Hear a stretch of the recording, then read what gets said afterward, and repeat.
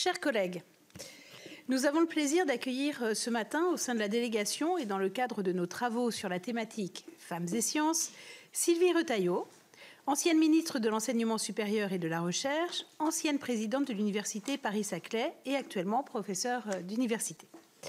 Madame la ministre, je vous souhaite la bienvenue et vous remercie pour votre présence parmi nous ce matin. Je précise que cette table ronde fait l'objet d'une captation audiovisuelle en vue de sa retransmission en direct sur le site et les réseaux sociaux du Sénat, et la délégation aux droits des femmes est bien suivie, je dois vous le dire. Nous avons entamé nos travaux le 13 février dernier à l'occasion de la Journée internationale des femmes et des filles de sciences, avec la présentation du rapport de l'Académie des sciences publié en juin 2024 intitulé « Science, où sont les femmes ?» Les femmes représentent moins d'un tiers des chercheurs scientifiques en France et ce chiffre stagne ces dernières années. Elles sont encore moins nombreuses à occuper des postes à responsabilité au sein des laboratoires de recherche ou des départements de recherche et développement des entreprises. Cette sous-représentation est la conséquence d'une insuffisante orientation des filles vers les filières et spécialités scientifiques au lycée, puis dans les études supérieures, mais aussi de différences de représentation et de résultats entre filles et garçons dès l'école primaire, en particulier en mathématiques. En 2023, la France ne comptait que 13% d'étudiantes universitaires diplômées dans les domaines des sciences, technologies, ingénierie et mathématiques, les STEAM, contre 40% d'étudiants diplômés. Par ailleurs, 45% des filles élèves de terminale n'avaient choisi comme aucun enseignement de spécialité en sciences contre 28% des garçons. Et parmi celles qui se lancent dans des carrières scientifiques après leurs études, il semblerait que près de la moitié d'entre elles quittent le monde scientifique au cours des 10 années suivantes. S'il est très important de lutter contre les stéréotypes de genre dès le plus jeune âge, il faut également s'assurer ensuite que celles qui choisissent les filières scientifiques y trouvent durablement leur place. Au cours de nos travaux, nous chercherons donc à répondre aux questions suivantes. Comment amener davantage de filles vers les mathématiques et les sciences dès le plus jeune âge et tout au long de leur scolarité? Comment encourager les jeunes filles et femmes à poursuivre une carrière scientifique et à prendre des postes à responsabilité? Comment mieux valoriser des rôles modèles de femmes scientifiques et lutter contre les stéréotypes à tout niveau? Avec les 4 rapporteurs désignés par la délégation sur cette thématique, notre collègue Marie-Do Aeschlimann, Jocelyne Antoine, Laure Darcos et Marie-Pierre Monnier, présentes à mes côtés, il nous a semblé important d'entendre Sylvie Retailleau, qui est une physicienne reconnue et qui, en tant que ministre de l'Enseignement supérieur et de la Recherche entre 2022 et 2024, a été au cœur des politiques publiques pouvant avoir un impact sur la place des filles dans les filières scientifiques. Madame la ministre, vous aviez ainsi déclaré, lorsque vous étiez en poste au gouvernement, « En tant que ministre, je travaille à créer les conditions pour qu'il y ait plus de femmes qui choisissent les métiers de sciences et de la technologie. C'est essentiel car avoir plus de femmes scientifiques permettrait de réduire les biais apportés par les modèles uniquement masculins. » On ne peut que partager. Madame la ministre, je vous laisse donc sans plus tarder la parole et je laisserai ensuite le soin à mes collègues rapporteurs de vous poser des questions. Merci Madame la Présidente, Mesdames les sénatrices, Messieurs les sénateurs. D'abord, je voudrais vous remercier pour cette invitation sur une question qui me tient particulièrement à cœur et qui finalement est d'actualité, mais d'actualité depuis des décennies, en particulier en France, mais aussi dans beaucoup de pays d'Europe et en particulier pays occidentaux, dans lesquels la question femmes et sciences se pose depuis un certain nombre d'années. C'est pour ça qu'il faudrait qu'on essaye de la résoudre encore et encore. Alors peut-être préciser avant tout dans mes propos, parce que je crois que c'est important, que évidemment je vais limiter, mais je pense que pour vous c'est évident, mais je préfère le dire, le terme science aux sciences naturelles, au domaine des sciences et technologies, qui est vraiment le problème qui pose problème dans la présence des jeunes filles et des femmes, puisque toutes les sciences et les sciences humaines et sociales sont bien sûr des sciences, et c'est peut-être la présence masculine qui serait peut-être à interroger. Donc comme on est sur femmes et sciences, je voulais préciser ce domaine des sciences. Nous ferons bientôt une délégation aux droits des hommes pour qu'ils puissent enfin se développer. Alors, Je vais, peut-être une fois n'est pas coutume, mais je l'ai fait plusieurs fois puisque je porte pas mal ce sujet en ce moment, commencer par une anecdote que probablement certains d'entre vous ou certaines d'entre vous connaissent, mais qui est pour moi assez représentative. Vous racontez une petite histoire. Un père et son fils ont un grave accident de voiture. Le père meurt sur le coup et le fils, grièvement blessé, est transporté d'urgence à l'hôpital. Et là, sur la table d'opération, le chirurgien le voit et dit « Je ne peux pas l'opérer, c'est mon fils ». Alors là, je suis sûre que pendant un instant, même court, vous avez tous dit « Mais c'est pas possible, son père est mort ». Oui, mais pas sa mère. Et là, on voit qu'on est finalement tous et toutes voilà, confrontés à peut-être un réflexe un peu automatique. Alors oui, mais en anglais, c'est neutre. Et si on le traduit dans toutes les langues, ce problème-là se pose clairement. Et en fait, c'est une histoire qui se raconte en anglais, puisque c'est issu d'un livre, je vous donnerai, mais aussi d'Emmanuelle Zolesio dans son livre « Chirurgien au féminin ». Et donc, elle a transcrit. Et comme vous le savez, en anglais, il n'y a pas de féminin ou de masculin. Donc, évidemment, là, je suis complètement d'accord avec vous, et moi, j'ai fait la même réflexion sur le coup. Mais quand on le fait à l'international et de façon générale, on voit que là, ça pose de toute façon un problème. Et même, quelque part, on a ce réflexe, même quand on est dans une commission qui est femmes et sciences, même quand on est préparé et absolument persuadé. Et je pense c'est vraiment ancré dans des stéréotypes de genre, c'est clairement le stéréotype de genre ici, c'est d'associer le métier de chirurgien à des hommes. Et ça, c'est vrai dans beaucoup de métiers. Évidemment, quand on les féminise, parce que le français peut le permettre, eh bien, ça évite ces tendances, ces stéréotypes, ces biais, mais il y a d'autres langues qui ne peuvent pas le permettre aussi. Et c'est pour ça que c'est important de le mettre en avant. Alors, c'est effectivement, je vous disais, Emmanuelle Zolesio introduit son livre « Chirurgien au féminin » un peu de cette façon, prenant une histoire, et il y en a d'autres. Et je voudrais dire qu'effectivement, vous avez rappelé un peu mon cursus, et dans ce que je vais vous dire, je vais beaucoup m'appuyer non seulement sur l'expérience de ministre de l'enseignement supérieur et de la recherche, donc je vais m'arrêter à ce périmètre, parce qu'on pourrait parler beaucoup, je vais l'affleurer, mais du rôle de l'entreprise, du rôle des métiers. Je vais vraiment accentuer sur ce périmètre de façon volontaire, et on échangera sur le reste.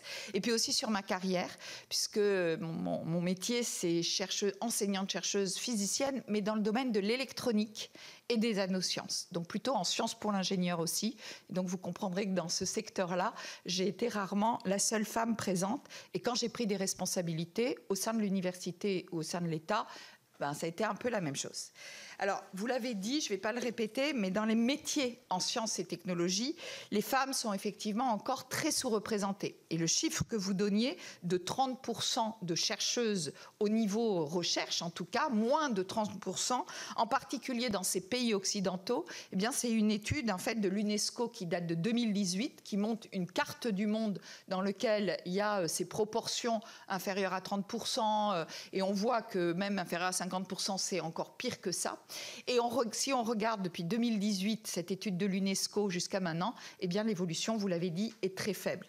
C'est la même chose pour les filières de formation. Si là je focus en France, puisque le terme de 30% était au niveau mondial tout à l'heure, dans les pays occidentaux, si je regarde au niveau français, eh bien je vois en 2010, on avait à peu près 27% en France de filles diplômées de diplôme d'ingénieur. J'ai pris cet exemple-là dans les écoles de sciences et technologies en ingénieur.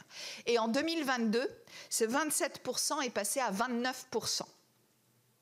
Donc vous voyez qu'à ce rythme-là, on atteindrait à peu près l'égalité, ou en tout cas la parité dans les écoles d'ingénieurs en 2150, au moins. Donc on peut y aller tout doucement, et encore faut-il que ça y aille. Et malheureusement, en ce moment, on voit plutôt même une chute de ces pourcentages. Même si ça évolue très lentement, ça montait doucement, c'est en train de redescendre. Donc on voit que ce problème, il est prégnant, il est important et il dure depuis des années. Et pourtant, la première chose sur laquelle je voudrais insister, c'est que les compétences qui sont nécessaires dans ces métiers de sciences et technologies n'ont rien à voir avec le genre. C'est montré, démontré scientifiquement. Et je crois qu'il faut le dire et le répéter en introduction de tout propos. De plus, redire aux jeunes filles et à tout le monde que les talents féminins dans tous ces métiers, d'ingénieurs, de chercheurs, dans ces domaines disciplinaires, sont vraiment extrêmement recherchés, particulièrement recherchés. Alors on va se demander pourquoi est-ce que c'est très demandé? Alors je voudrais d'abord le dire, c'est pas seulement pour gonfler les statistiques ou bien parce qu'on se prive de 50% de la population, ce qui est déjà une raison forte, mais, et je crois que c'est plus important encore, parce que notre présence, la présence des femmes comme des hommes, mais des deux, est primordiale, vous l'avez dit, pour éviter les biais de société, parce que si l'ensemble de ces secteurs, c'est-à-dire la physique, les mathématiques, le numérique, les sciences pour l'ingénieur, qui permettent quelque part d'une partie de construction du monde aussi, eh bien si toutes ces parties étaient couvertes uniquement par les hommes, il faut savoir que certains domaines de recherche n'auraient pas lieu, que certaines découvertes ne seraient jamais faites, et que le monde serait construit par et pour les hommes. Et on a de très nombreux exemples dans les programmations, par exemple, vous savez, des climatisations. On dit souvent « les femmes sont frileuses ». En fait, pas du tout.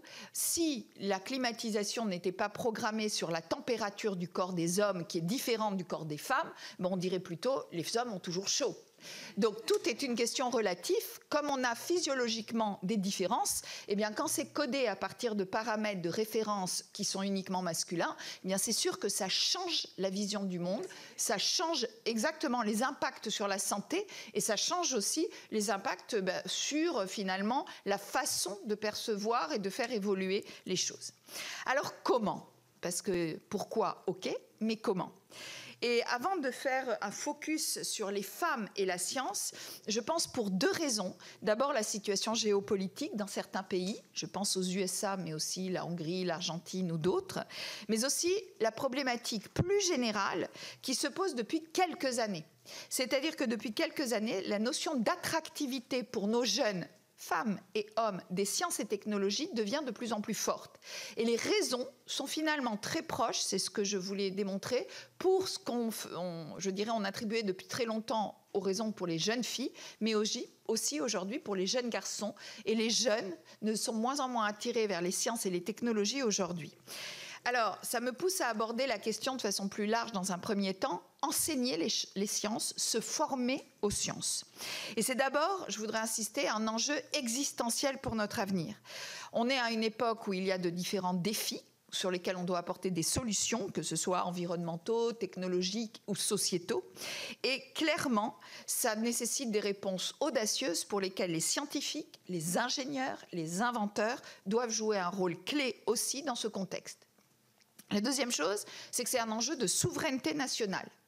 La science et l'industrie structurent vraiment l'économie de demain. Sans science, il n'y aura pas d'industrie performante demain.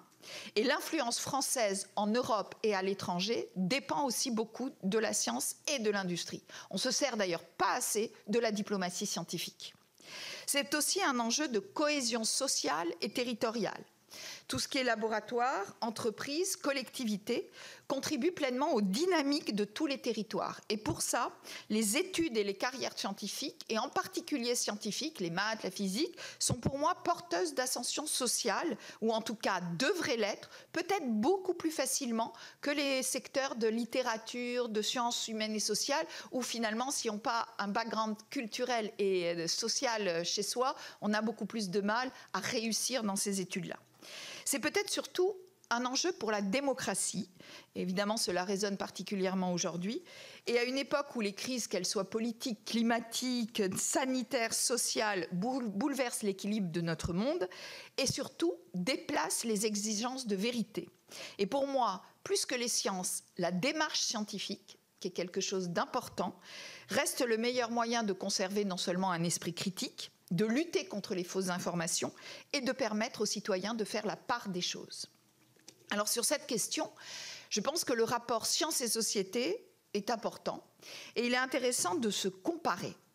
Non pas de copier, mais de regarder aussi comment la France se positionne concernant la confiance en la science, la place des sciences dans la société et en particulier dans la population, et je vais évidemment faire un focus sur les femmes et dans les métiers scientifiques. Et toutes ces questions, eh bien, vous avez une enquête qui a été menée par l'OCDE, un rapport où on regarde un petit peu les pays de l'OCDE et on les positionne sur ces différentes questions liées à sciences et société les uns par rapport aux autres. Et je voudrais vous positionner le Portugal, comme je vous l'ai dit, par rapport à la France. Quelques chiffres de cette enquête d'OCDE. En 2022, au Portugal, 37% des diplômés dans les STEM sont des femmes, contre 31% en France. La moyenne à l'OCDE, c'est 32%. Le Portugal compte 42,6% de femmes parmi les chercheurs.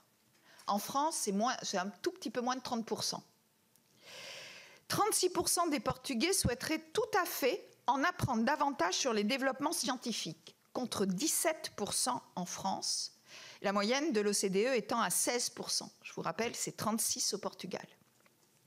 Les Portugais fréquentent régulièrement des lieux de diffusion de culture scientifique, comme les musées technologiques ou autres. 64% le font régulièrement ou occasionnellement, contre 37% en France en 2022. Alors je me suis demandé, est-ce que le Portugal a toujours été comme ça ? Est-ce que c'est... Pourquoi ?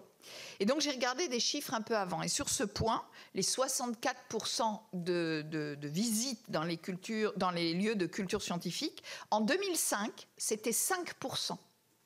Donc le Portugal est passé de 2005 à 2022 de 5% des Portugais qui fréquentent des lieux à 64%. Alors on peut se demander comment ? Voilà. Et la principale raison... Alors, s'il n'y avait qu'une raison, qu'une solution, je pense qu'on l'aurait trouvée et on l'appliquerait depuis longtemps.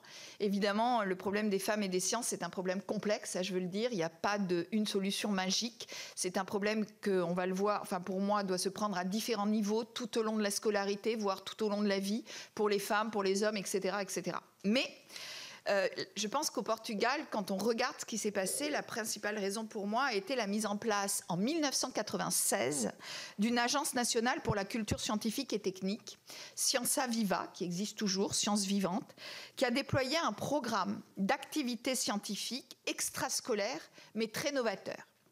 Pour moi, d'abord, le Portugal a fait le choix d'une politique publique qui a été déployée sur le temps long. Et ça, c'est un point fondamental. Ça ne se résoudra pas, je vous l'ai dit, c'était un problème qui date depuis longtemps et on ne pourra pas résoudre ça sur des temps courts, des temps, je dirais, de personnalité politique, mais plutôt des temps d'une politique portée. Sur une politique interministérielle, ça aussi, c'est fondamental.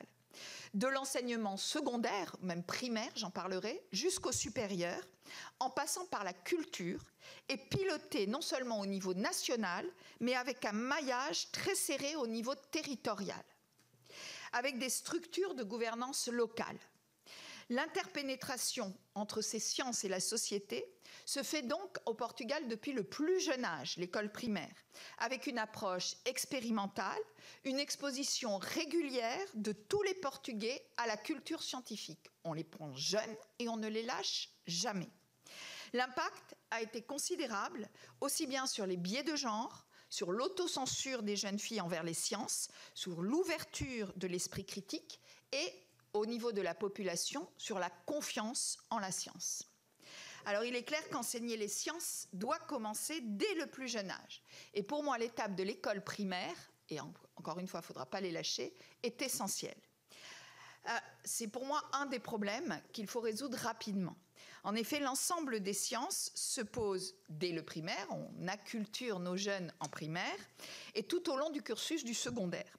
Je voudrais insister sur le fait qu'actuellement, 80% des étudiants qui intègrent les masters dits MEF, ce sont les masters d'enseignement qui forment les futurs enseignants au primaire et au secondaire, mais ceux qui sont pour la formation des professeurs des écoles sont issus de licences en sciences humaines et sociales ou droit, économie, gestion. 80%. Ça veut dire avec une culture en mathématiques, en sciences et en techniques quasiment totalement absentes de leur cursus depuis 3 ans. Et quand je dis depuis 3 ans, je suis encore gentille, parce qu'encore faut-il qu'en première et en terminale, ils aient suivi des options de ce type-là.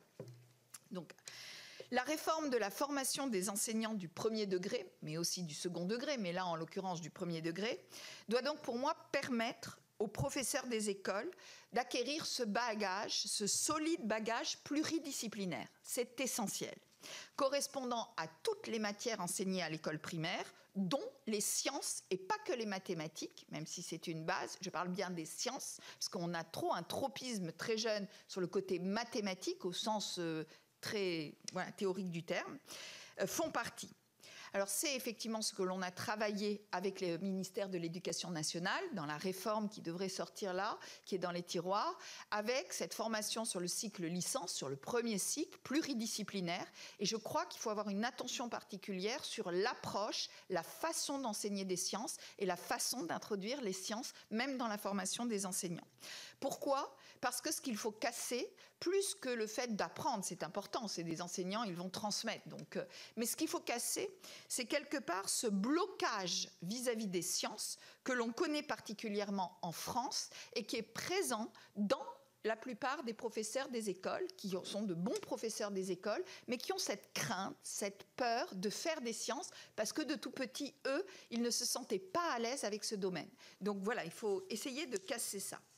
Alors, dans ces formations, il est aussi crucial de sensibiliser tous les enseignants, dès le primaire, je répète, à l'existence de biais envers leurs élèves et leur fournir les outils pour les reconnaître et les surmonter.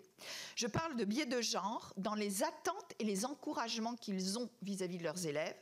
Je parle aussi de temps d'attention et d'interaction en classe, comment on interroge aussi bien les filles et les garçons sur tous les sujets.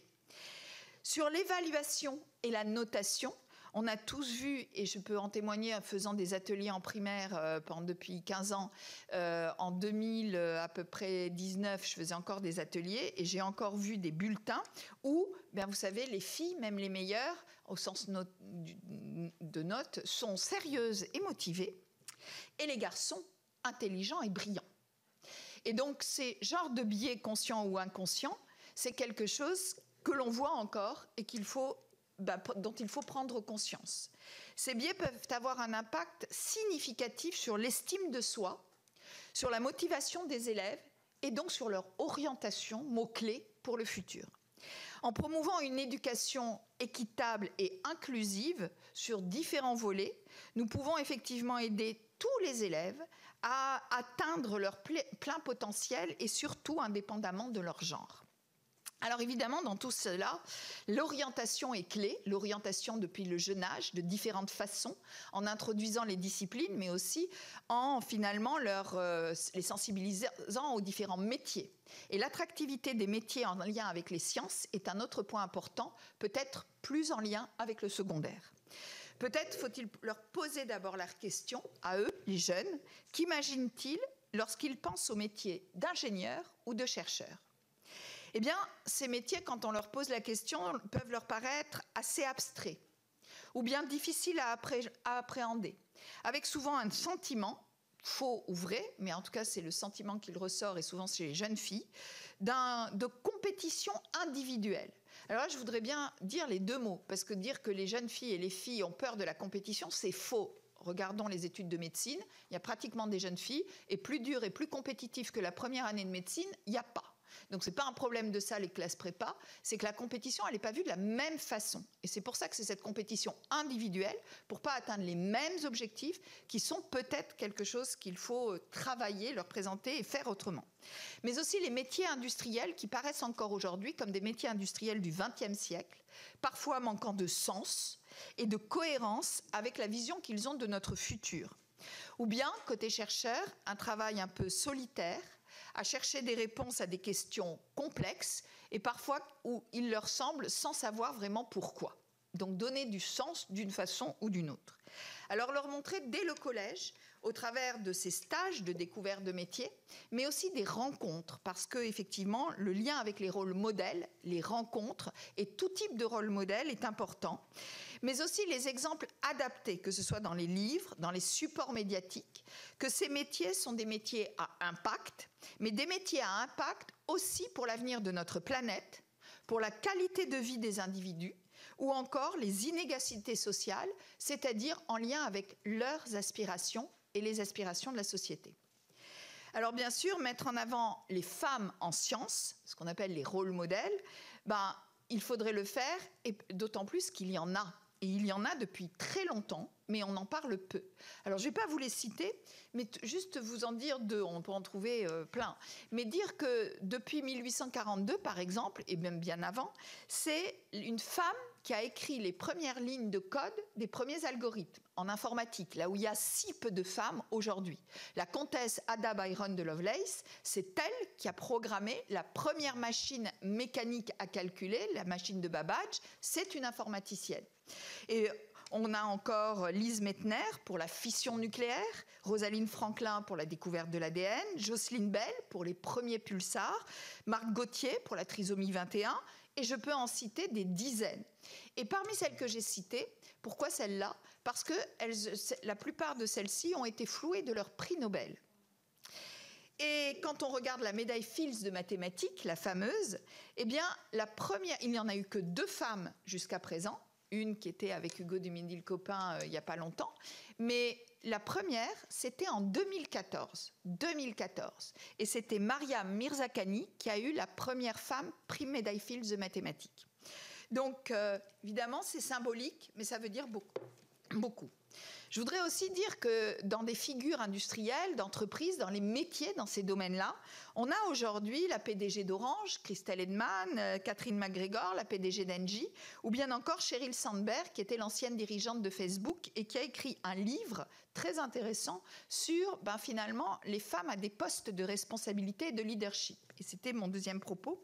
Alors, je n'ai pas le temps, mais je pourrais vous le dire, de vous raconter une des anecdotes qui est dans ce livre de Sheryl Sandberg, mais qui est très représentatif de la manière dont les femmes en leader, en responsabilité ou qui ont réussi dans leur carrière sont perçues. Et c'est une étude de la Harvard Business School, très connue, qui démontre un petit peu ça. En fait, bref, qui montre que quand les femmes brisent les stéréotypes de genre traditionnels, quand elles osent afficher leur réussite professionnelle, eh bien souvent, elles en payent le prix. Elles sont taxées d'autoritaires, parfois agressives. Bref, souvent on dit, pour la même fonction, la même chose, avec elles, ça devrait être difficile de travailler. On l'entend et on le vit. Alors, je voudrais revenir, pour finir, sur quelques actions par rapport, évidemment, ayant été ministre de l'Enseignement supérieur et de la Recherche, qui ont été menées pour améliorer la reconnaissance des compétences et de la présence des femmes, et en particulier dans ce secteur de l'enseignement supérieur et la recherche. Le premier levier a été le renforcement progressif du cadre réglementaire des politiques d'égalité professionnelle dans l'enseignement supérieur et de la recherche.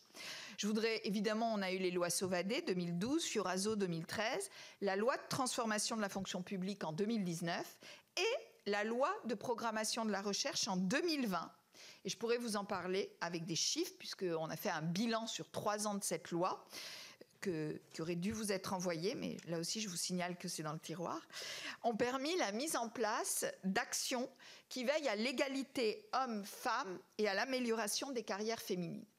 Alors, par exemple, dans la loi de programmation, il y a eu une opération dite de repyramidage ayant l'objectif de rendre effective cette égalité hommes-femmes au niveau des promotions et en matière de déroulement de carrière et de rémunération. Alors cette nouvelle voie de promotion, c'était nouveau, a été particulièrement favorable aux femmes. Quelques chiffres. En 2021 et 2022, on a observé que dans les promotions, 52% de promus, alors qu'elles représentaient environ 45% du vivier et des candidats. Donc plus de promus que des candidats, ça s'était jamais vu. En 2023, la part de femmes promues était de 54%, donc ça continue, c'est pas juste, alors qu'elle ne représentait que 44% de candidats. En général, les années d'avant, on avait moins de promus que de candidats, largement moins. Là, on dépasse depuis les 3 ans avec cette nouvelle forme de promotion.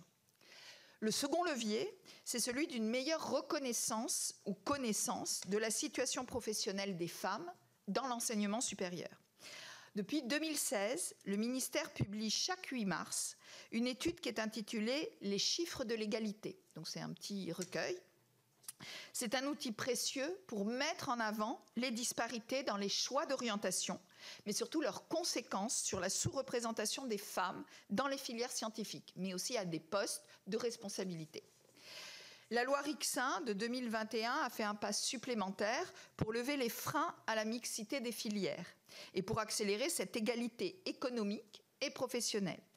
Le ministère a élaboré 3 décrets 3 décrets d'application qui imposent la production d'indicateurs relatifs à l'égalité des chances entre les femmes et les hommes au niveau des CPGE, des classes préparatoires, mais aussi dans tous les établissements publics de recherche et de tous les établissements d'enseignement supérieur. Le 3e levier, c'est la mise en place d'une approche globale et transversale des politiques publiques. Alors ça se traduit comment, cette approche? C'est premièrement l'annonce qui a été faite par Elisabeth Borne lorsqu'elle était Première ministre en 2023, juin 2023, de l'action Tech pour toutes. Donc Tech pour toutes prévoit d'accompagner à horizon 2026 10 000 jeunes femmes qui souhaitent commencer à poursuivre des études d'ingénieur. Donc ça va de l'étude jusqu'à l'insertion au premier poste. Alors ensuite, pour finir, des actions concrètes ont été menées dans l'amélioration des conditions du travail des femmes dans l'enseignement supérieur. Donc depuis 2019, le ministère a accompagné 181 établissements pour l'élaboration de leur plan d'action pour l'égalité professionnelle entre les femmes et les hommes. Donc chacun doit avoir ce plan d'action ou ce schéma directeur. À partir d'octobre 2021, le ministère a déployé un plan de lutte contre les violences sexistes et sexuelles dans l'enseignement supérieur. Je voulais finir par ça parce que pour moi, aussi bien dans l'enseignement supérieur, l'éducation nationale et les entreprises, c'est un point primordial pour aussi favoriser le travail des femmes. Donc l'objectif qui a été de franchir une nouvelle étape dans la lutte contre ces VSS en infusant vraiment un changement de pratique, une professionnalisation dans les établissements, un renouveau des comportements à tous les niveaux. Donc pour ça, on a augmenté le budget alloué au combat contre les VSS. On a mis des postes spécifiques dans tous les rectorats pour aider les établissements à se professionnaliser sur cette thématique et à suivre les cellules qui ont été développées dans les établissements. Et on a fait chaque année une campagne de communication à la rentrée universitaire en début d'année évidemment, pour la lutte contre les VSS. Alors vous le voyez, l'attractivité des sciences et la présence des femmes dans les sciences, c'est lié à différents acteurs. C'est un combat de tout petit jusqu'à l'insertion professionnelle et évidemment dans les entreprises et dans les employeurs, j'en ai moins parlé ici, c'est moins dans mon domaine de périmètre précédent, mais ont un rôle fondamental à jouer. Chaque rôle est donc important et je crois que ce qui est important à voir, c'est que l'enjeu demande une réponse globale. Une réponse globale avec un impact fort et donc de combiner différentes actions qui permettent de toucher un nombre important de jeunes, de familles. Le rôle de la famille est important, évidemment d'employer dans l'éducation nationale, dans l'enseignement supérieur, puis ensuite du positionnement et de l'évolution de ce que permet dans la vie professionnelle dans les entreprises. C'est une chaîne indispensable, complémentaire entre l'État et les acteurs de terrain, entre les pouvoirs publics et les entreprises, chacun d'eux ayant un pouvoir d'agir à leur niveau et un pouvoir de coordination. Et je voudrais finir au niveau de l'État pour dire que le travail en interministériel pour moi est important, le travail de l'État avec les collectivités est important, et ensuite le travail de terrain de chacun des acteurs, de petits jusqu'au monde professionnel, est essentiel. Je vous remercie. Merci beaucoup. C'était vraiment très intéressant et très complémentaire de ce que l'on a pu entendre.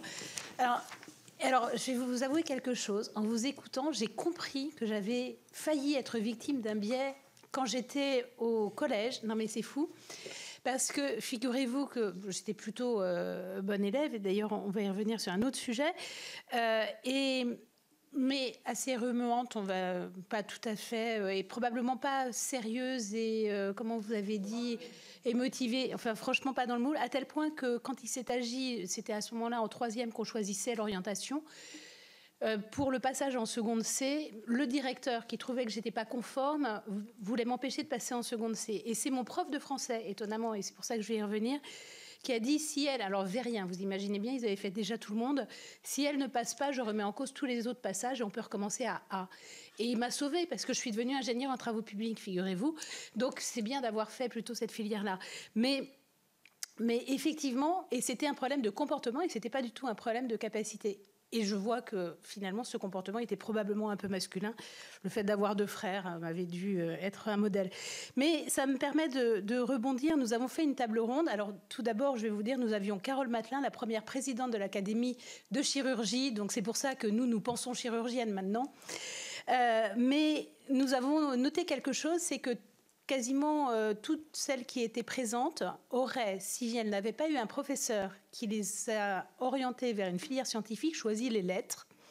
Est-ce que c'est aussi votre cas? C'est vraiment une question. Ensuite, j'ai pu voir Madame Combe, oui c'est Françoise Combe, je ne dis pas de bêtises, Françoise Combe, qui nous disait que lors de l'étude de l'Académie des sciences, comme l'étude avait porté sur plusieurs années, y compris l'année du Covid, ce décalage des petites filles entre le début et la fin du CP vis-à-vis des mathématiques, on ne l'avait pas vu lorsque l'école était à la maison. C'est-à-dire que le biais vient plus sûrement de l'école que de la famille. Et ça, j'avoue que ça a été une grande découverte pour moi. Et c'est important, me semble-t-il. Et puis, puisque vous avez parlé de l'effet Mathilda, je voudrais effectivement signaler à tout le monde, et on me l'a signalé le soir du dîner avec Françoise Combe, une pièce de théâtre qui s'appelle Le Prix, actuellement, justement, où la physicienne qui, à ce moment-là, avait découvert la fission, vient voir l'homme qui va recevoir le prix pour lui expliquer ce qu'il lui doit et qu'il ne veut pas reconnaître. C'est Pierre Arditi et Ludmilla Michael. Et d'ailleurs... Bien sûr. Et donc, voilà. Donc, je pense que d'ailleurs, ça pourrait être une de nos sorties un soir. Donc voilà, mais je vais laisser maintenant la parole à mes collègues. Laure Darcos, de toute façon, je pense que tout le monde a plein de questions à vous poser. Merci, Madame la Présidente. Bon, moi j'ai un prisme un peu particulier, parce que vraiment je connais Sylvie depuis longtemps et je sais le travail qu'elle fait.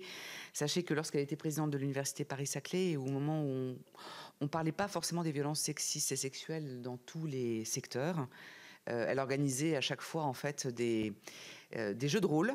Je me souviens d'une journée absolument incroyable à l'université et elle interrogeait beaucoup et professeurs, étudiants, chercheurs sur ce sujet depuis très longtemps.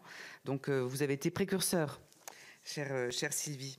Alors bien évidemment on va sûrement avoir à revenir sur le Portugal, mais de ce que j'entends, c'est en fait une fête de la science, une main à la pâte, plus, en fait, depuis le plus jeune âge. En fait, nous, on a l'impression de travailler dans un monde de bisounours à côté, parce que c'est...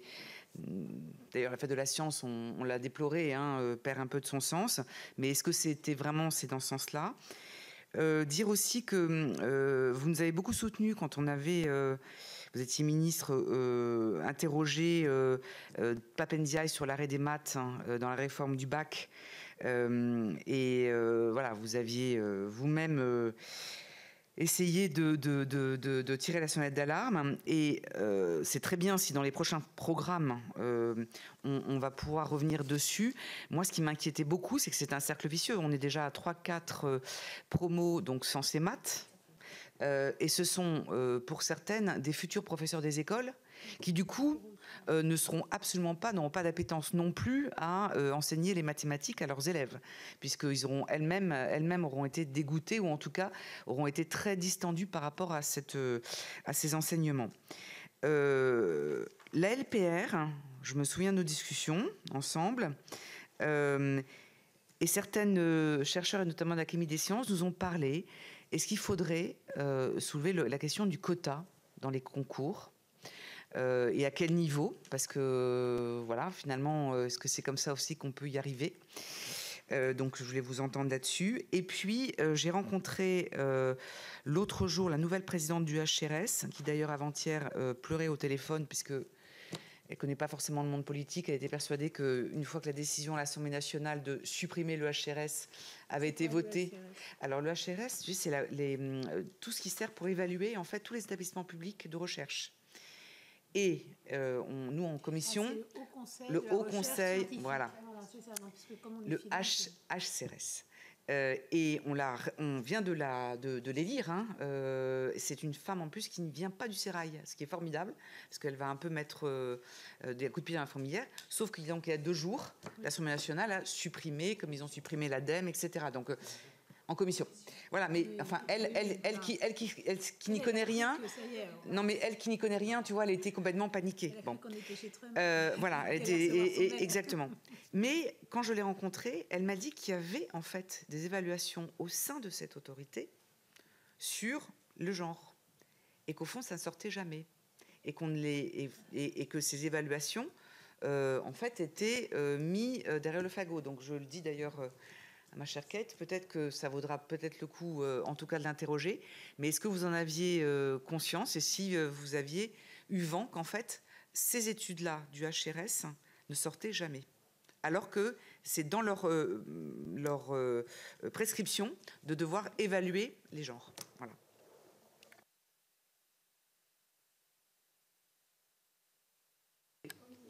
Comme vous le souhaitez. Je peux commencer au moins sur les rapports.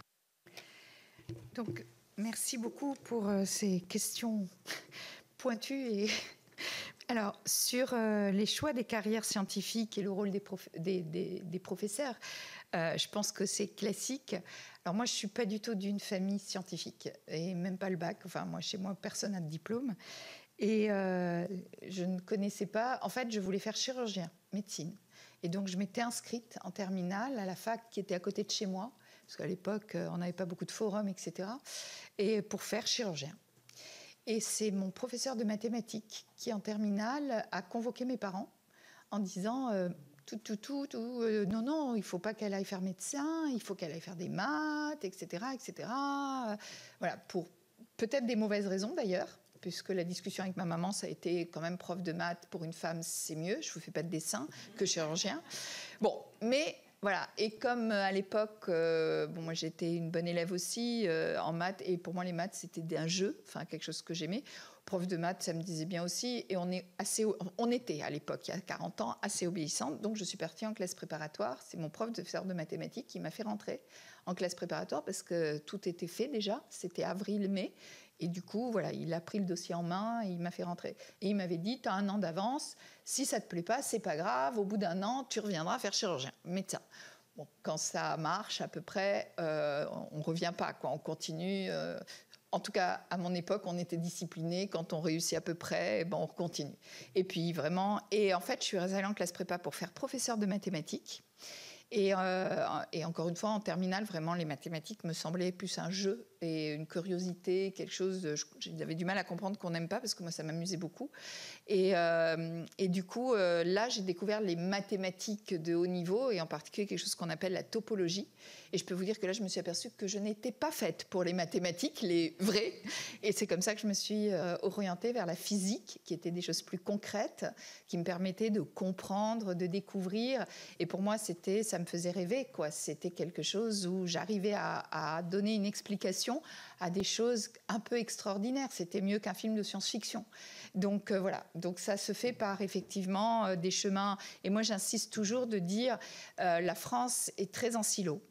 La France est un pays où on met les gens dans des tiroirs, où les parcours sont très linéaires, ou en tout cas, la reconnaissance du parcours d'excellence est un parcours très linéaire. Et je crois que c'est une erreur, en particulier au XXIe siècle. Et les parcours se font aussi d'opportunités, on le voit. Et je pense que le parcours non linéaire, accompagné avec une vraie orientation, mais laisser les jeunes pouvoir se tromper, et ça c'est important pour les filles, c'est essentiel dans un parcours d'enseignement. Voilà. Alors, le Covid, les décalages maths, la famille et l'enseignement, je crois que tout le monde en prend un peu dans les orientations et les biais, la société, l'école, la famille. Après, ça dépend, voilà, mais famille, dans quel milieu on a une chance un peu d'évoluer culturellement, etc. Donc, voilà. Mais c'est clair que les biais à l'école, et c'est pour ça que la formation des professeurs des écoles, la façon d'interroger quand il y a des sciences dites dures, naturelles, c'est plutôt les garçons. Alors moi, je l'ai vu, je fais des ateliers en primaire, je me mettais au fond de la classe et je notais à chaque fois comment la professeure des écoles a interrogé, ou le professeur des écoles. c'est clair. Quand on parle de train, d'énergie, etc., on interroge plutôt les garçons. Si on parle d'histoire ou autre, c'est les filles. Et d'ailleurs, les mains se lèvent aussi différemment et beaucoup plus facilement chez les garçons. Donc tout ça, c'est des choses dont il faut prendre conscience, parce que souvent c'est de l'inconscience. Enfin, on n'en a pas conscience. Moi aussi, au début, vraiment, je n'avais pas conscience de ces genres de biais. Et donc je pense que l'école ayant plusieurs élèves, c'est-à-dire qu'on n'a pas le temps de focaliser, etc., ben effectivement, si on ne fait pas attention, ça favorise encore plus ces biais de genre et de voix. Ce que je voulais revenir en lien, c'était le côté, effectivement, la réforme, les mathématiques et tout. Bon, oui, il faut remettre des sciences et des maths au niveau, mais je crois très sincèrement que cette réforme n'est pas la cause aujourd'hui profonde du fait que les filles font des sciences ou pas ensuite, après le bac. Cette réforme a mis en exergue plutôt au lycée le fait qu'elles abandonnaient les maths quand elles avaient le choix. Mais en fait, elles prenaient les maths parce que, comme elles sont souvent bonnes en scolaire et tout, ça leur ouvre des portes, voilà, mais elles les lâchaient après. Pourquoi ? Parce qu'en fait, le choix a été fait bien avant. Et donc, cette réforme, même si elle a mis en exergue, et si on arrive à résoudre le problème plus en amont, oui, elle va poser des problèmes. Mais je pense qu'à l'instant T, elle ne posait pas, en fait, dans la poursuite d'études, les filles allaient tout le temps autant en médecine, autant en droit, etc., et toujours pas en numérique, etc. Donc, l'entrée dans le supérieur n'a pas été vraiment modifiée dans les choix. Ce qu'on a vu, c'est que le choix est fait plus tôt. Évidemment, si ce choix qui peut se faire plus tôt ne se fait pas comme ça, et qu'on arrive à corriger dès le primaire cette barrière, etc., là, ça deviendra encore plus problématique et ça créera une barrière supplémentaire. Mais je crois vraiment que la problématique, elle vient d'avant. Donc on l'a accentuée, mais c'est pas ça qui crée la problématique. Voilà. Alors, le Portugal, la fête de la science, est-ce que c'est une fête de la science perpétuelle ? Oui et non, parce que je pense que c'est vraiment un maillage territorial entre la fête de la science, c'est un moment, effectivement, c'est la fête de la science, mais c'est pas fête F-A-I-T-E-S. Et là, je dirais c'est plutôt de la fête de la science F-A-I-T-E-S plutôt que, voilà, c'est plus la main à la pâte. Alors après, il y a différents types. Ça peut être du musée, ça peut être des ateliers, il y a plein de choses. Mais en France aussi, on a les CSTI, on a des musées, peut-être pas assez, mais on en a. Je crois que la grosse différence, c'est qu'ils se sont articulés, ils ont travaillé ensemble. C'est-à-dire que les associations, qui font un travail fantastique en France, et je voudrais vraiment leur rendre hommage sur tout ce qui est médiation, etc. Mais le lien entre le scolaire, l'éducation nationale, où, eh bien, chaque année, au moins 2 fois par an, ils vont dans ces maisons de façon obligatoire, depuis la primaire jusqu'au lycée.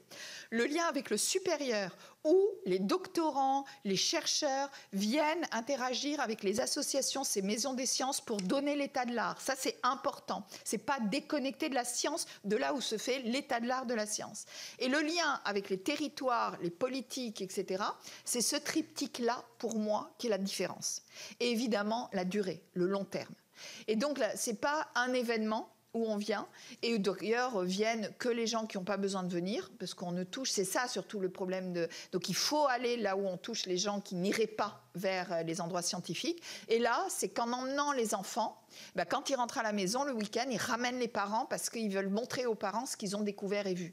Et quand ils le font tous les ans, pendant 20 ans, 2 fois par an, obligatoirement, ça change la culture globalement de la population. Alors, sur les quotas et les concours, la LPR ou autres, le problème de mettre les quotas au concours, moi j'étais contre parce que je pense que c'est pas efficace au concours parce qu'il n'y a pas le flux. Alors, on va me dire c'est toujours pareil, il n'y a jamais le flux, mais au bout d'un moment. Oui, mais ça veut dire qu'il faut agir avant. Donc c'est pas au moment des concours dans les entrées d'école d'ingénieurs, quoique on peut réfléchir aux critères de sélection. Et je pense qu'il faut que les écoles réfléchissent, et c'est un peu comment on change de référentiel, comment on change de paradigme. Et ça, c'est vrai pour les rentrées au concours, pour tout, mais c'est vrai aussi dans les promotions, dans ce qu'on appelle le syndrome de l'imposteur. Vous savez, les femmes, parce qu'on leur dit « il faudrait que vous vous vendiez plus, il faudrait que vous questionnez moins, que vous doutiez moins ». Mais non, le doute, c'est très bien. C'est peut-être les hommes qui devraient plus douter. Et le doute n'est pas en contradiction avec la décision. On peut douter et savoir prendre des décisions. On peut avoir de l'intuition et être très rationnel. Moi, je marche beaucoup à l'intuition, pour autant plus rationnel, voilà. Et donc, ce n'est pas contradictoire. Et je pense que ce sont des qualités ou des défauts, ça dépend comment on les utilise, complémentaires et qui justement forment les binômes très fortement. Et ce syndrome de l'imposteur, c'est juste parce qu'on s'aligne sur finalement des normes sociétales qui sont très masculines par rapport à la façon de s'imposer en réunion, la façon de prendre la parole, la façon de prendre la décision, etc. Non, se questionner, douter, il faut le revendiquer. Ça fait partie d'un mode de leadership qui, je pense, est intéressant. Et donc, c'est la même chose pour les rentrées dans les critères écoles, etc. Réfléchir à de changements de référentiels, à de prise en compte des critères, qu'ils soient genrés, sociaux ou autres, sociaux ou autres, je pense que c'est quelque chose d'important.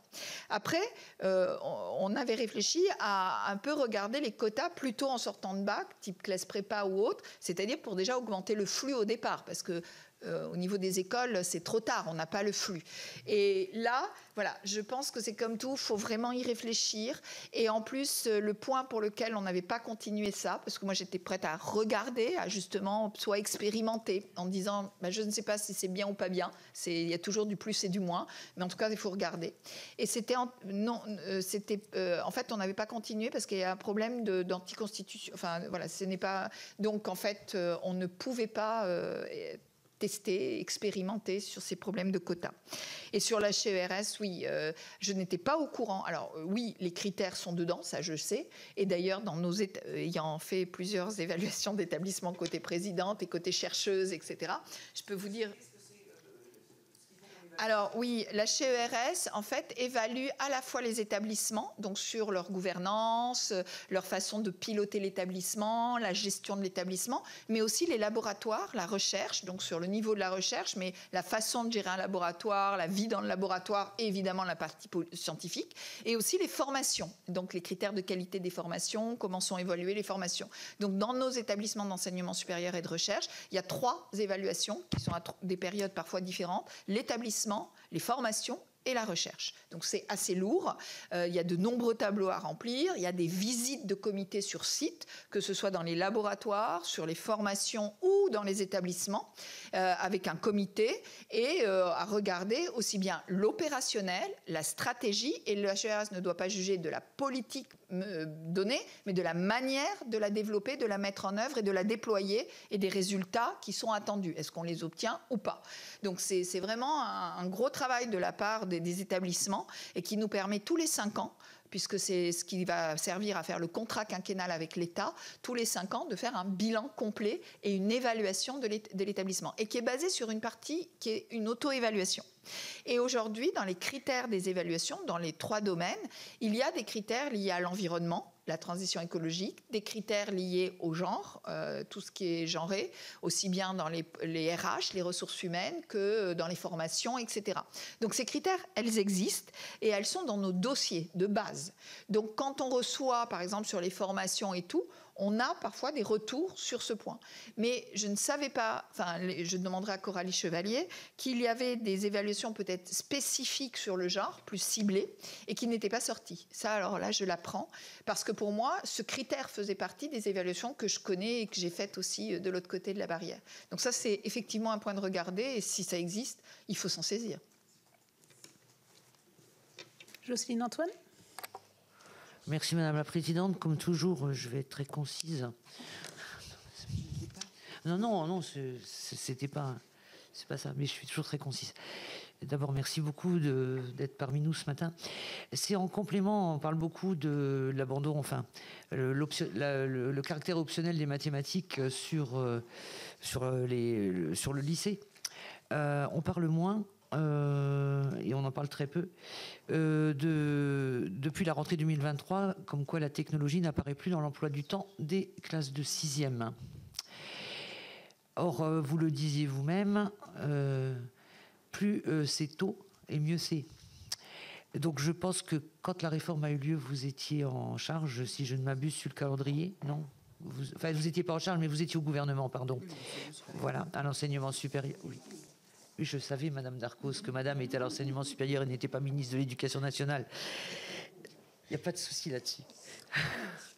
Donc, je voulais savoir quel était votre avis, parce que je pense qu'il y a eu des discussions, et quel était votre positionnement. Ce qui nous avait été donné comme réponse, hein, quand on questionnait le ministre de l'Éducation nationale, pour le coup, et pas vous-même, c'était qu'on avait détecté des faiblesses en français et en maths dans les classes primaires, et que de ce fait, on passait la 6e à vouloir consolider les mathématiques et le français, et que de fait, on enlevait la technologie pour de redonner du temps, avec de biais une réforme de l'enseignement technologique pour les 3 autres années du collège, c'est-à-dire 5e, 4e et 3e, qui ne rentre en place que maintenant, puisque c'était évolutif 24, 25, 26. Je crois que pour la classe de 3e, ça ne sera qu'en 26. Donc on a une génération là, de 4-5 ans qui n'a pas eu en 6e, qui suit... Enfin voilà, il y a un vrai souci, quoi. On a une espèce de trou dans la raquette générationnel de l'enseignement technologie au niveau du collège. Donc je voulais avoir votre avis là-dessus. Et puis sinon, vous avez répondu à pratiquement toutes mes interrogations, donc je n'ai pas d'autres questions. Du coup, Marie-Pierre. Je partage tout à fait la question, enfin en tout cas la préoccupation de ma collègue, parce que vous avez bien insisté sur l'importance de faire des sciences, de faire des maths, que ce soit en premier ou en second degré. C'est la prof de maths qui parle. Mais et que c'est vrai que ça commence par ça déjà. Donc il faut, parce que moi je sais qu'avec mes collègues par exemple, on se bagarrait beaucoup en 6e sur le nombre d'heures, 3 heures, 4 heures de maths, et on nous expliquait pour diverses raisons, et parfois des moyens aussi qu'on ne peut pas mettre. Bon bref.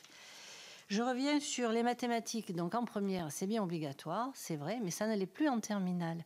Et c'est vrai que beaucoup de professeurs des écoles, il faut espérer que dans leur formation future, puisque cette réforme devrait se mettre en place, ils auront une formation, mais c'est essentiel qu'ils aient d'abord cette appétence, mais aussi cette connaissance, et qu'on dédiabolise, moi j'étais prof de maths, dédramatise les mathématiques. C'est très important.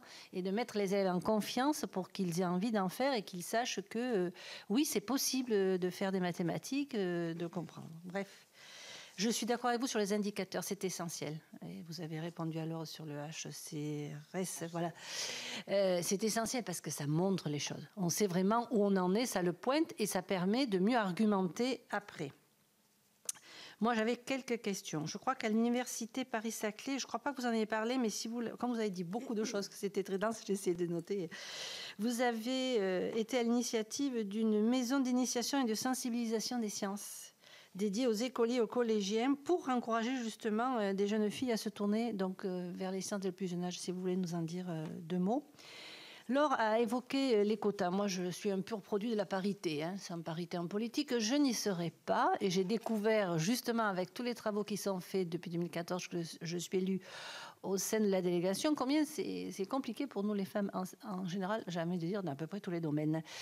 Donc, elle a, au niveau des quotas, peut-être plus haut. Je pensais ben oui, peut-être après. Est-ce qu'il y a un moyen de les introduire quelque part pour que ça soit... Vous étiez, si je ne me trompe pas, dans un domaine de recherche qui était lié à la physique, lié à l'ingénierie électronique, c'est ça? Et je crois qu'il y a beaucoup d'hommes, vous l'avez dit. Est-ce que ça a constitué un frein à votre carrière? Comment réussir à rendre... Enfin bon, vous avez une belle carrière, mais enfin voilà, votre sentiment là-dessus. On nous a aussi... on a eu des retours de l'Académie des sciences sur la recherche et les publications qui sont un moteur d'évolution de carrière et qui pénalisent là aussi les femmes. Est-ce que vous avez... Et puis, il y avait une table ronde organisée par l'Association des femmes dirigeantes de l'enseignement supérieur, de la recherche et de l'innovation à l'été 22. Vous étiez présente et vous avez insisté sur quelque chose de bien particulier, qui était la nécessité d'apprendre à ne pas endosser certaines tâches, notamment administratives, dont leurs pairs masculins ne veulent pas s'encombrer. Comment diffuser ce discours? J'avais envie de dire, vous en avez parlé, vous avez comment détruire ce biais, moi je dirais les stéréotypes de genre, et c'est comme les métiers, quand vous avez parlé des métiers, il y a encore dans la tête de beaucoup de gens et de parents parfois des métiers qui sont féminins et d'autres qui sont masculins. Voilà, merci. À vous, Madame la Ministre. Merci beaucoup, Madame la Présidente. Alors, la techno, classe 6e, enfin je vais globalement. Pour être franche, à ce moment-là, d'abord, ça devait être au début dans les discussions, j'ai pas eu l'occasion autour de la table de participer avec le ministre à ces discussions-là. Autant sur les maths, parce que ça avait un impact sur l'orientation, c'était première terminale, donc au SUP. Là, c'était la 6e au niveau du collège. Donc, je n'ai pas été, j'ai pas eu cette occasion. Et comme il y a eu après les maths, on a beaucoup travaillé sur Parcoursup, on a fait de l'orientation, etc. C'était vraiment, je voulais essayer d'avoir. Donc, j'ai beaucoup plus travaillé sur la partie, pour être tout à fait franche. Et donc, je ne peux pas vous dire, je peux vous dire ce que je pense, mais je ne peux pas, voilà, je ne me suis pas exprimée en tant que gouvernement au sein du gouvernement. Je différencie bien les deux. Et je pense que, en fait, et c'est ce que vous dites, et c'est ce continuum qui doit se faire, donc il ne doit pas y avoir d'arrêt, quelle que soit la façon de le faire. Je pense qu'il ne faut pas, aujourd'hui, au XXIe siècle, différencier les sciences et les technos, voire mathématiques, sciences et technologies, surtout quand on n'est pas dans les notions de spécialisation. Après, évidemment, plus c'est pointu, plus là, évidemment, quand on apprend, on est... Mais en tout cas, dans le plus jeune âge, si on veut attirer nos jeunes vers les métiers sciences dites dures, naturelles, etc., avec les maths, l'info, le numérique, etc., la physique, voilà, et les technologies, c'est peut-être ce qu'il faut, c'est ne pas les siloter. Et je pense que ça pourrait être une occasion de revenir, enfin de réfléchir avec le fait qu'on fasse ce trou par rapport à l'enseignement technologique, à comment on doit d'abord enseigner. Moi, je suis persuadée qu'en particulier dans le supérieur, mais plus, on apprend trop de choses à nos élèves, qu'il faut leur apprendre les bases. Ça, c'est fondamental. Sans les bases, on fait rien. Et ça sert aux citoyens et ça sert aux spécialistes. Donc ça, là-dessus, il y a une méthodologie scientifique, etc.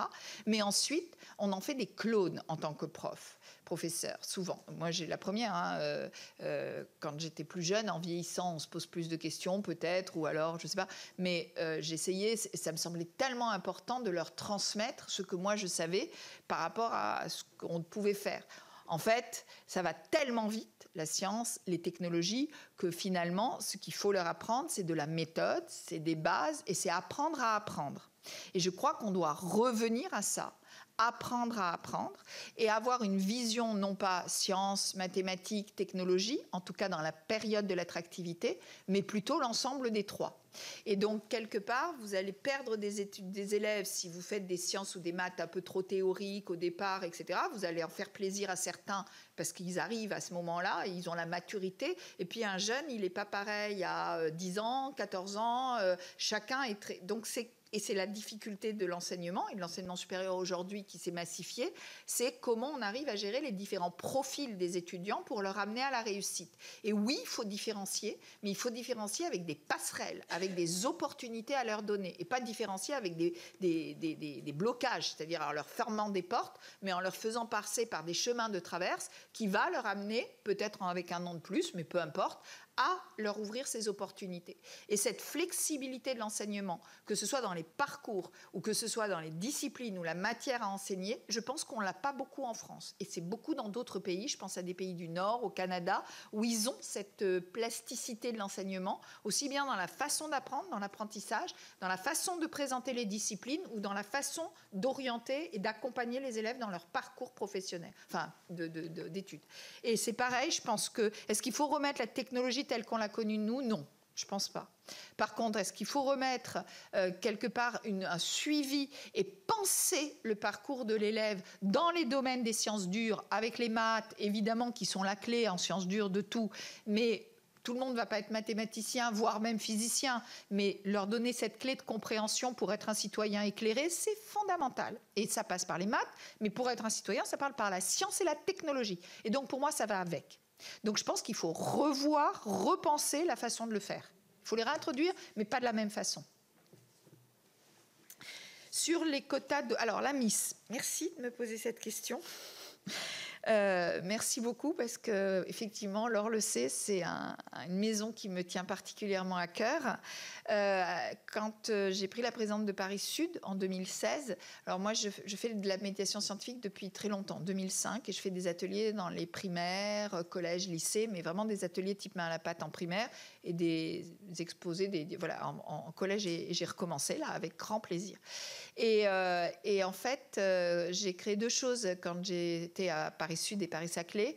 C'est cette maison d'initiation et de sensibilisation aux sciences, qui est une maison où on reçoit 2 classes par jour, en fait, qui font de la science et technologie pluridisciplinaire. Donc, ce n'est pas un atelier sur les maths ou un atelier sur la physique, c'est un atelier sur l'énergie, sur les nanos, sur voilà, l'histoire des nombres, voilà, par exemple, mathématiques et je ne sais plus, c'est mathématiques et cuisine, où voilà, on mélange les disciplines, on montre les métiers et on les fait maniper. Donc expérimental, un peu type main à la pâte, et ils font par eux-mêmes. Ils ont une démarche scientifique, etc. Et donc c'est encadré par des doctorants. C'est une originalité, parce que pour moi c'était aussi important de former les chercheurs à la médiation scientifique. Et ça se fait dès le doctorat. Et un doctorant qui sait expliquer quelque chose dans son domaine, qui sait l'exprimer simplement, je pense que c'est fondamental, quel que soit ce qu'il fait par la suite. Donc on les forme à la médiation. On a des partenariats avec le Palais de la Découverte, on travaille avec beaucoup d'associations, les Petits Débrouillards, Planète Science, enfin énormément d'associations, et qui nous aident à former les doctorants à la médiation scientifique. Donc on forme les doctorants qui encadrent les ateliers, mais on en forme d'autres. Et ensuite, par exemple, sur une classe, il y a 4 doctorants qui encadrent une classe, et l'atelier est réalisé sous l'égide d'un chercheur, enseignant-chercheur, ingénieur, donc issu d'un laboratoire, donc pour être vraiment à l'état de l'art, qui ensuite suit l'atelier mais ne va pas l'encadrer à chaque fois puisqu'on a 2 classes par jour toute l'année. Et ce sont les doctorants qui, dans leur cadre du 1/6e doctorat, donc le 1/6e doctorat, c'est un peu, je ne sais pas si, comme avant les moniteurs qui faisaient de l'enseignement, les 64 heures d'enseignement, eh bien aujourd'hui, au lieu de faire de l'enseignement, ils font de la médiation scientifique. Et ça, moi, on a été à Paris Sud, un des premiers, quand j'étais doyenne de la fac des sciences, on a mis ces doctorants, on leur a donné la possibilité de faire de la médiation vers les scolaires, au lieu de faire de l'enseignement vers les étudiants.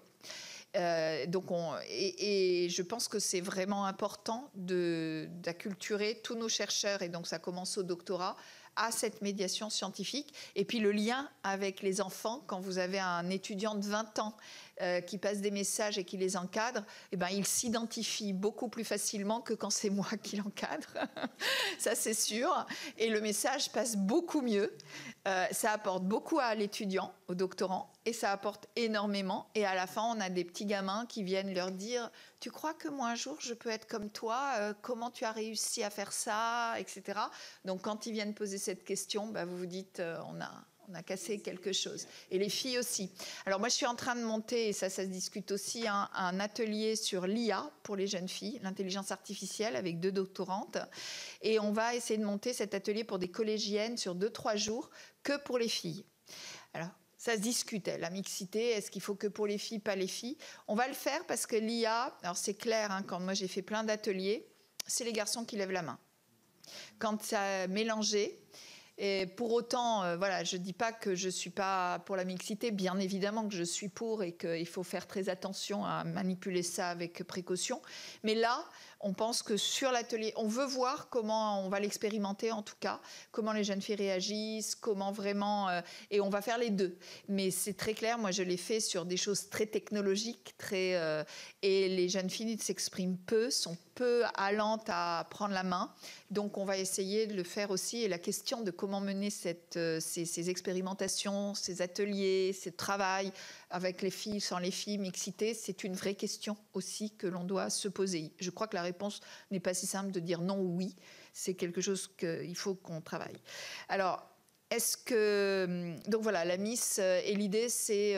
Enfin, moi, je me suis beaucoup réinvestie dans tout ce qui est sciences et société, la femme et sciences, mais aussi la médiation et tout. Et c'est de voir... On a ces maisons dans plusieurs, il y en a à Grenoble, à Marseille. Comment on arrive un peu... C'est un peu le travail normalement des CSTI, avec Universcience, etc. Mailler tout ça au niveau territorial, mais le coordonner et les mettre en lien, comme je disais, avec le scolaire et avec l'enseignement supérieur. Alors, est-ce que j'ai eu des freins dans ma carrière, vu que j'étais physicienne en électronique, nanotechnologie, nanosciences, et que j'ai pris des responsabilités? Personnellement, tant que j'étais enseignante-chercheuse, j'ai eu de la chance, je suis toujours tombée dans des équipes où, moi j'ai 2 enfants aussi, 2 filles, et ma priorité quand mes filles sont nées, c'était mes enfants. Et je partais du labo à 6h30, voilà. Alors c'est vrai que je me remettais à bosser une fois qu'elles étaient couchées à 9h jusqu'à minuit, 1h, voilà. Mais j'avais une flexibilité d'horaire qui me permet d'être le soir pour les devoirs, et c'était important. Et j'ai la chance de partager avec mon mari toutes les tâches ménagères. Donc quand je dis je rentrais, lui aussi, ou un ou l'autre en tout cas, mais on se partageait. Et quand j'étais ministre, je peux vous dire que quand je partais le matin, il a jamais, d'un côté comme de l'autre, il n'a jamais oublié de me dire: est-ce que tu as bien mis la lessive en route? Et c'est très bien. Donc voilà, ça va dans les deux sens. Je veux dire, à un moment donné, ça a été vrai quand j'ai été jeune pour mener ma carrière, et ça a été vrai quand j'ai pris des responsabilités, même au plus haut niveau, où voilà, il a gardé et je trouve ça très sain, très bien d'avoir ce partage, quel que soit finalement, où il y a des périodes où évidemment l'un va plus donner que l'autre, mais de façon globale. Donc moi j'ai eu cette chance familialement et aussi professionnellement. Tant que j'ai été enseignant-chercheur, j'ai pas vraiment souffert de ça et ma carrière, mais je l'ai vu autour, et en fait rétrospectivement, c'est ce que vous disiez, vous l'avez dit, et je l'ai dit, et ça on s'en rend compte avant. C'est-à-dire que moi j'étais très investie en enseignement. Pour moi, l'enseignement, les étudiants, c'était important. Et c'est vrai que là où les hommes, même autour de moi, mes collègues, n'allaient pas dans tout ce qui était les problématiques de handicap, les commissions du handicap, les commissions pour le côté social, pour la formation même des étudiants, le suivi, la réussite, l'orientation, là, on n'est que des femmes. Autour de la table, en réunion, c'est une majorité, pas que, mais c'est une majorité. Et moi, je me suis beaucoup investie parce que mes collègues, il n'y avait pas de souci pour qu'ils aillent en conseil de laboratoire, sur le côté de la recherche. Ça, il n'y avait aucun souci. On avait toujours des volontaires pour aller sur le côté de la recherche, de l'innovation ou la gouvernance, dans les conseils de l'université. Moi, je n'y suis jamais allée. Avant d'être doyenne de la fac des sciences, je n'ai jamais mis les pieds dans un conseil de l'université, parce que j'étais dans les conseils de formation, etc., etc. Et c'est là où on voit, quand on parle finance, quand on parle recherche, quand on parle gouvernance, on est majorité des hommes autour de la table. Et je ne peux pas vous montrer, mais j'ai une photo de ma première conférence de presse en tant que présidente d'Université Paris-Saclay, la première fois, où on est 14 établissements. Je suis la seule femme au milieu de 14 hommes. Et le matin, tu te rappelles, et le matin, je me suis dit, je m'étais mis un peu comme ça, en bleu marine, et devant la glace, je me suis dit, oups, je me suis vue avec mes collègues, mes partenaires, et je suis allée me mettre une veste rouge en me disant, voilà. Donc et je pense que c'est représentatif. Et je dis souvent que l'égalité, au niveau responsabilité et vraiment à des postes, c'est quand les hommes auront besoin de se mettre des vestes rouges, on aura passé un cap. Et je pense que c'est symbolique, quelque part. Et oui, plus je suis montée dans des postes de responsabilité, plus j'ai ressenti, je dirais pas mais plus j'ai ressenti une sorte de patriarcat, parfois bienveillant, mais très fort. Donc le fait que moi j'ai pris des responsabilités en 2011, doyenne de la fac des sciences, peut-être un peu plus jeune, j'avais 40 ans donc à l'époque. Alors être jeune et femme, enfin jeune, tout est relatif, mais plus jeune et femme, ça cumule. Et donc oui, le côté « Attends Sylvie, on va te dire comment il faut faire. T'inquiète pas, je vais t'aider », je l'ai vécu mais 10 000 fois.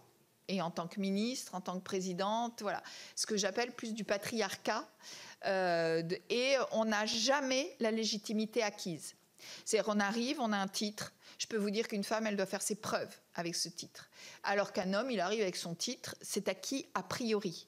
Et ça, c'est souvent, en tout cas, autour de la table, lui, il pense dans sa tête que c'est acquis a priori, et ça se sent dans la posture et dans la prise de parole autour de la table. Une femme, elle doit faire ses preuves, et elle les fait souvent en connaissance des dossiers, etc. Mais elle n'a pas la légitimité par le titre, mais sa légitimité souvent par son travail et sa compétence. Et là aussi, je pense que c'est une bonne chose. Au début, je me disais quand même, c'est dur.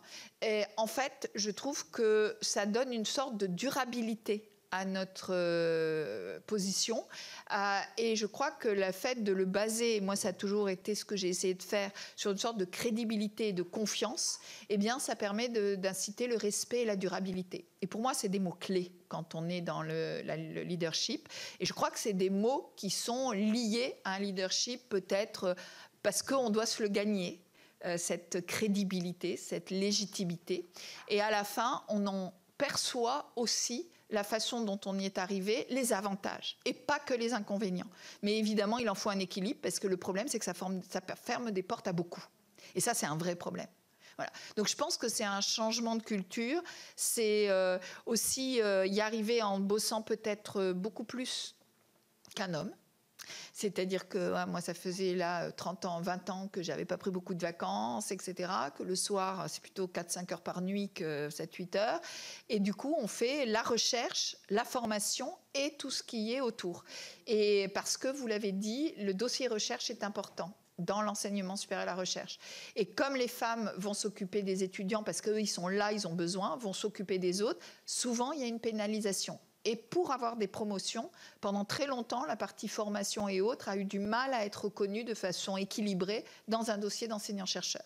Donc ça, c'est un travail qu'on a mené depuis très longtemps, qui n'est pas encore complètement acquis, mais de la reconnaissance de l'ensemble des tâches, par exemple, dans le métier d'enseignant-chercheur. Et cette reconnaissance de toutes les tâches, enseignement, collectif, etc., quelque part, c'est aussi une reconnaissance du travail au niveau genré, quelque part. Donc c'est important. Marie de Hachliman, notre dernière rapporteure. Merci, Madame la Ministre, d'abord pour ce témoignage extrêmement vivant, accessible et profond, et jusqu'à certaines relectures que vous nous proposez, par exemple sur la question du doute, avec une vision beaucoup plus positive de ce doute, qui est finalement très cartésien. Et donc assez important dans notre culture aussi littéraire et scientifique. Merci aussi d'avoir posé un discours sur l'attractivité des métiers, en nous expliquant que la façon dont on parlait des métiers scientifiques et technologiques était aussi importante quant à l'intérêt que les jeunes filles pourraient leur accorder, et ce qui nous laisse eu égard à la transition écologique et numérique qui se présente avec de nombreux défis, ce qui nous ouvre quand même des possibilités importantes d'orienter davantage de jeunes filles vers ces métiers et vers les carrières d'ingénieurs notamment.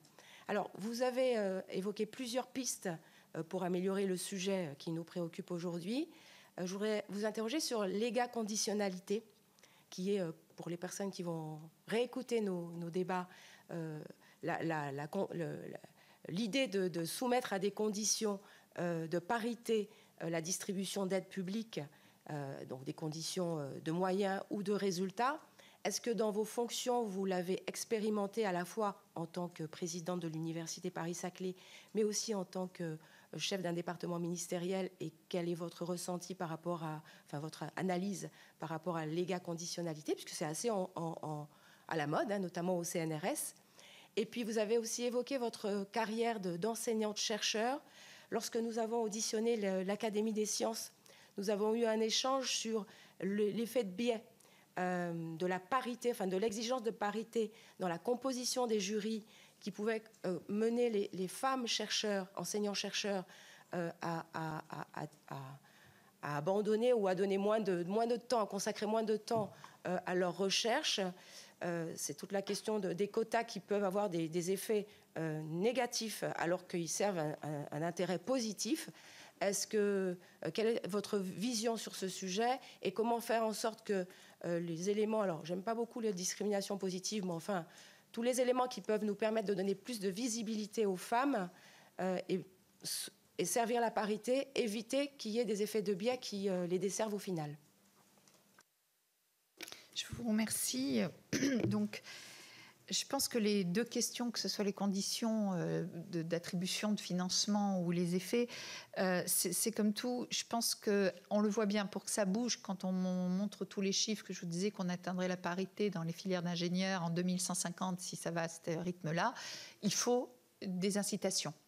Et toute la problématique, moi je suis comme vous, c'est l'équilibre de ces incitations. C'est-à-dire que je pense que le fait d'avoir mis dans les compositions de jury les comités de sélection, par exemple pour les postes, des conditions de parité, comme dans beaucoup de boards, etc., c'est une très bonne chose.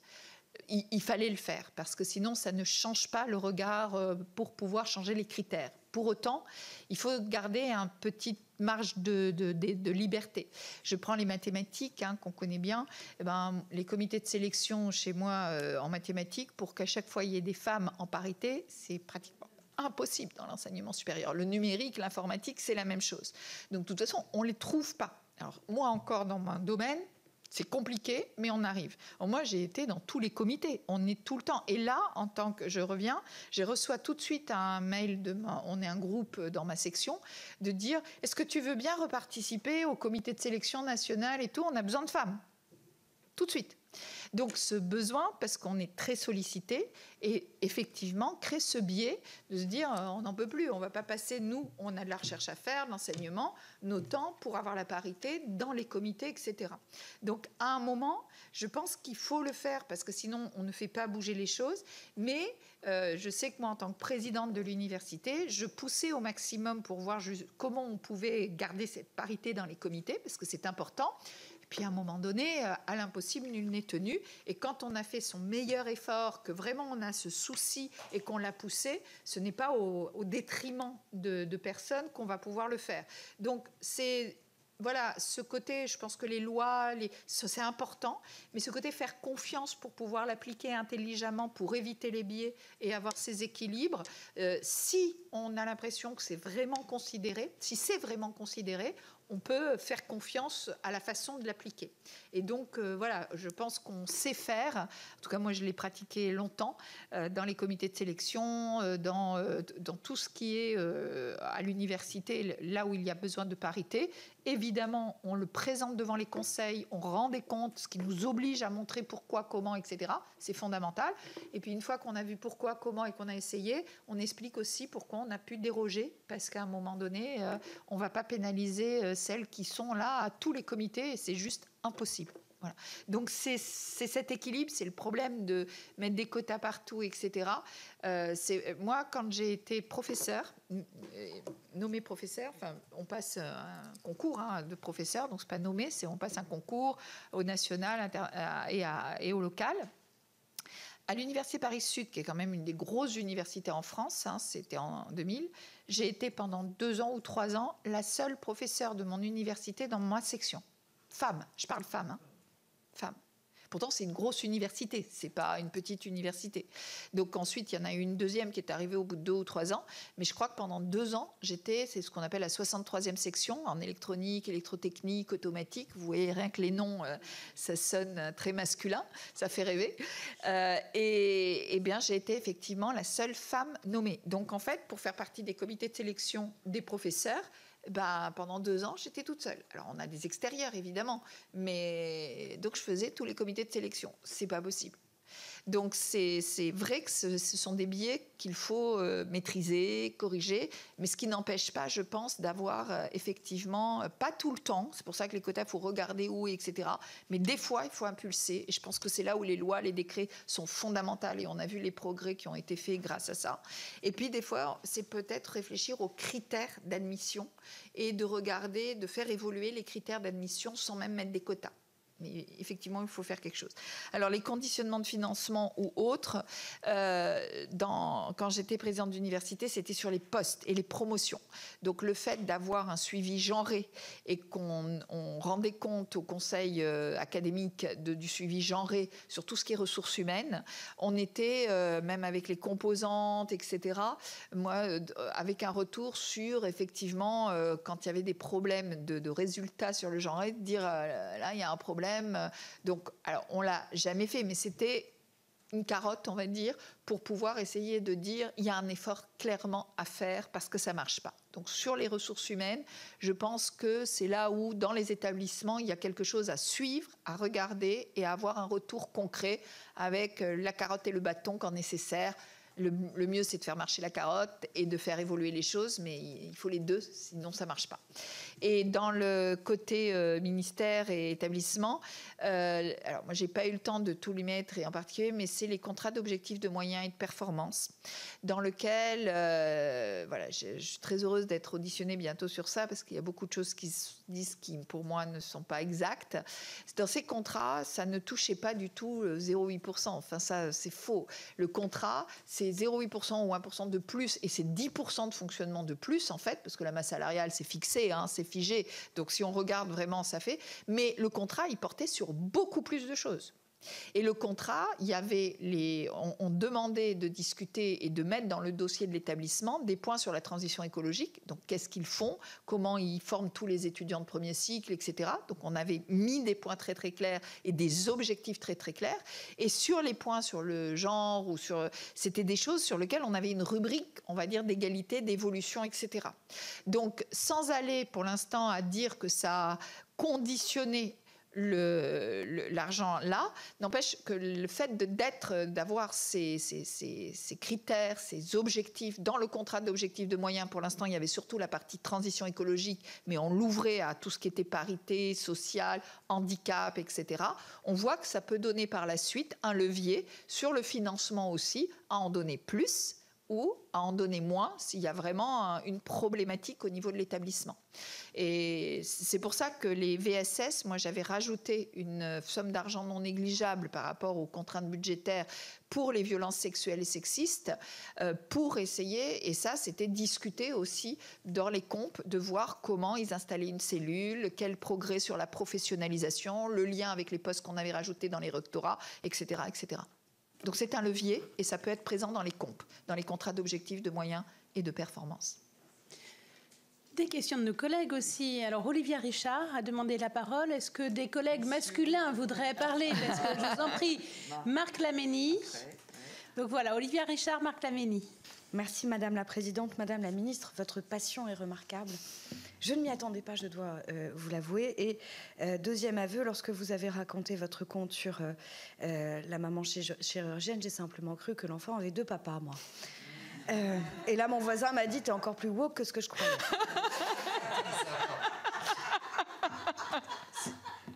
Il ment, il m'a dit ça. Alors, ma fille aussi. Ça, c'est fait. Donc, diplomatie scientifique, évidemment, je pense que c'est un enjeu absolument primordial. Vous avez évoqué les États-Unis. Je crois que la présidente de cette délégation me parlait hier de 5000 scientifiques à accueillir en Europe. Il faut absolument trouver un moyen de se coordonner. C'est maintenant ou jamais. J'entendais le week-end dernier un scientifique qui commentait l'arrestation et le renvoi d'un scientifique français, je crois, qui allait à Houston et qui a repris l'avion, qui a fini par reprendre l'avion retour parce qu'il avait exprimé des désaccords dans un milieu personnel. J'ai cru comprendre que c'était sur son ordinateur. Va falloir réfléchir probablement au niveau européen, mais c'est maintenant ou jamais. Il parlait de souveraineté. Évidemment, la recherche est un domaine où la souveraineté est au moins est très importante, comme en matière militaire. Diplomatie scientifique, ça passe par le ministère de l'Europe et des Affaires étrangères. Votre ministère était-il, vous parliez d'interministériel, on avait un problème de financement énorme. Je suis allée à Istanbul, j'ai découvert un institut français de recherche avec des gens très motivés et à peu près 10,50 € pour faire tout ce qu'il prévoyait de faire. Et c'est pas le ministère de l'Europe et des Affaires étrangères qui est saigné à blanc chaque année qui peut soutenir l'effort de guerre. Évidemment, ce sont des biais de diplomatie très importants et on s'en rend compte quand ils sont fermés par des régimes avec lesquels on n'est pas d'accord. Par exemple en Iran, qui a fermé notre institut sans que personne n'en parle. Et je parle vite, voilà. Je voulais attirer l'attention sur le fait que 14% des étudiants en France dans le secondaire sont étrangers. Là encore, c'est un levier diplomatique énorme et ça peut être aussi un moyen de défendre et de porter à l'international des valeurs de défense des femmes, des droits des femmes et woke en général, parce que après avoir été formés chez nous, ils repartent généralement dans leur pays. Et là encore, on peut construire des ponts et ça me paraît être un levier important. Merci. Alors, pardon. Oui, très rapidement, merci Madame la Présidente et merci beaucoup aussi Madame la Ministre pour le faire avec beaucoup de compétences et passion. Alors moi j'aurais une ou deux interrogations un petit peu. Bon, vous avez évoqué l'exemple du Portugal, que très tôt il faut susciter des vocations chez les plus jeunes pour vraiment dire que c'est important de faire des études vraiment scientifiques et vraiment féminisées. Et donc à l'échelle de notre pays, parce que vous avez en charge un très gros budget sur le budget de la notion. La mission enseignement supérieur et recherche, c'est en gros le quatrième ou cinquième poste ministériel en masse financière. Hein, donc c'est réellement important. Donc, et avec aussi beaucoup d'emplois ETP, comme on dit, avec des opérateurs importants, puisque tout le monde universitaire recherche, c'est les opérateurs. Et donc, comment, à ce moment-là, susciter les vocations au niveau même des écoles élémentaires, collège, lycée. Puis je prends mon exemple dans les Ardennes. On a la chance d'avoir une directrice, directrice de centrale nucléaire. Donc c'est pas banal. Donc je prends souvent cet exemple parce que je dis c'est à travers des exemples comme ça et des témoignages concrets, vécus, que ça peut, chez les plus jeunes, susciter des vocations. Donc voilà, c'est cette articulation entre le premier poste budgétaire, parce qu'on parle de finances, mais malheureusement tout est financier, même s'il y a tout l'aspect humain aussi qui est essentiel. Comment financer, comment arriver je dirais, à mettre en évidence sur le budget, et là, à ce moment-là, éducation nationale, pour arriver à faire passer les messages et susciter des vocations chez les jeunes filles. Merci.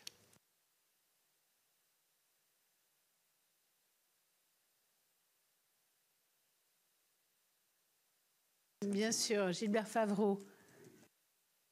Je suis peut-être le doyen dans cette salle, mais j'ai retrouvé, et je vous en remercie, dans vos propos des lourdeurs, aussi bien familiales que professionnelles. Je parle du personnel de l'éducation nationale que j'ai connu. Moi, je suis d'une famille de paysans où les lourdeurs sont encore plus fortes que dans les autres secteurs.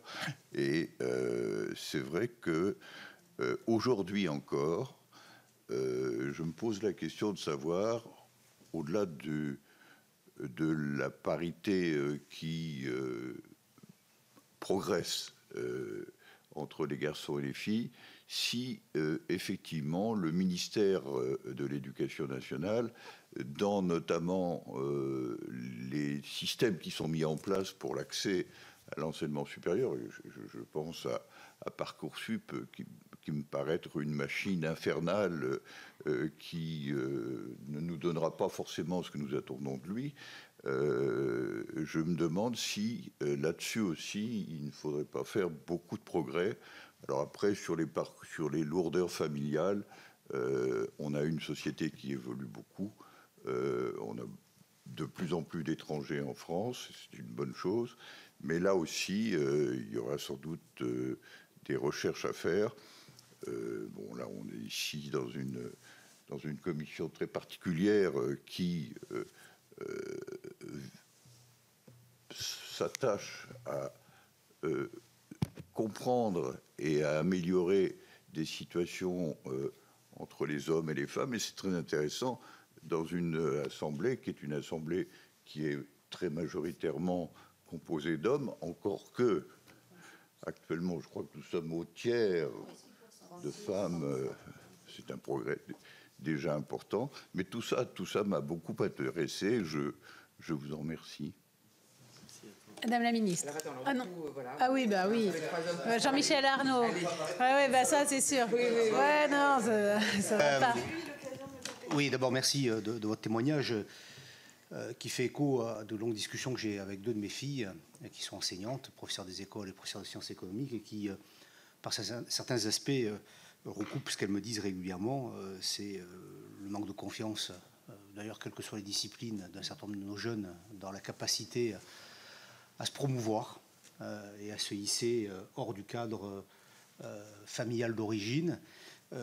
La grande attente également de l'interconnexion, de la discussion sur des aspects très concrets de leur vie avec leurs enseignants. Vous y avez fait allusion, donc retour d'expérience, capacité aussi à échanger. J'aurais peut-être une question qui est simple et à la fois compliquée, si vous me le permettez. On est quand même tous chamboulés, compte tenu de la situation internationale, par certains idéaux que l'on portait quand on était plus jeune. Tout est un peu remis en cause. Projet européen, la mondialisation qui serait vertueuse, etc. etc. Moi, j'ai deux questions. Donc, en fait, c'est d'abord est-ce que vous avez eu le sentiment de pouvoir peser sur les enjeux que vous avez portés avec force et conviction aujourd'hui dans le cadre de votre engagement ministériel, ou est-ce que les difficultés auxquelles vous considérez que les femmes sont exposées, nos filles sont exposées dans leur parcours professionnel, notamment sur les métiers plus techniques, plus scientifiques, est-ce que vous l'avez ressenti dans votre engagement de femme venant de la société civile et dans votre engagement ministériel? Et deux, est-ce que vous pensez que la malédiction que vous nous avez rappelée, attendre 2150 pour avoir une parité, peut être uniquement avec la force de l'idéal contrariée? Juste, Madame la Ministre, pour vous dire que nous allons avoir bientôt une table ronde avec les écoles d'ingénieurs, justement, parce que certaines ont quand même ont déjà mis des actions en place pour qu'on évite d'attendre 2150. Merci beaucoup pour vos questions. Alors, le premier point sur les liens, je vais l'appeler comme ça, entre le ministère de l'Enseignement supérieur, le MEAE et tout ce qui est.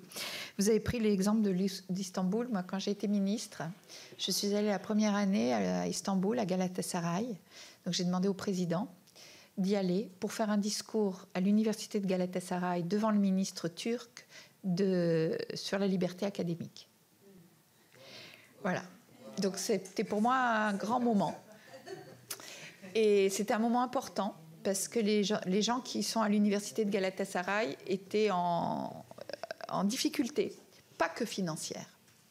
Alors j'ai aussi aidé beaucoup financièrement l'université franco-turque, l'université Galatasaray, puisque je suis allée, parce qu'il faut aussi. Mais c'était, je dirais, plus grave que financière, parce que c'était une liberté académique attaquée. C'était une problématique, comme on le vit aujourd'hui d'autres, sur la façon de travailler, la façon de ne pas pouvoir travailler.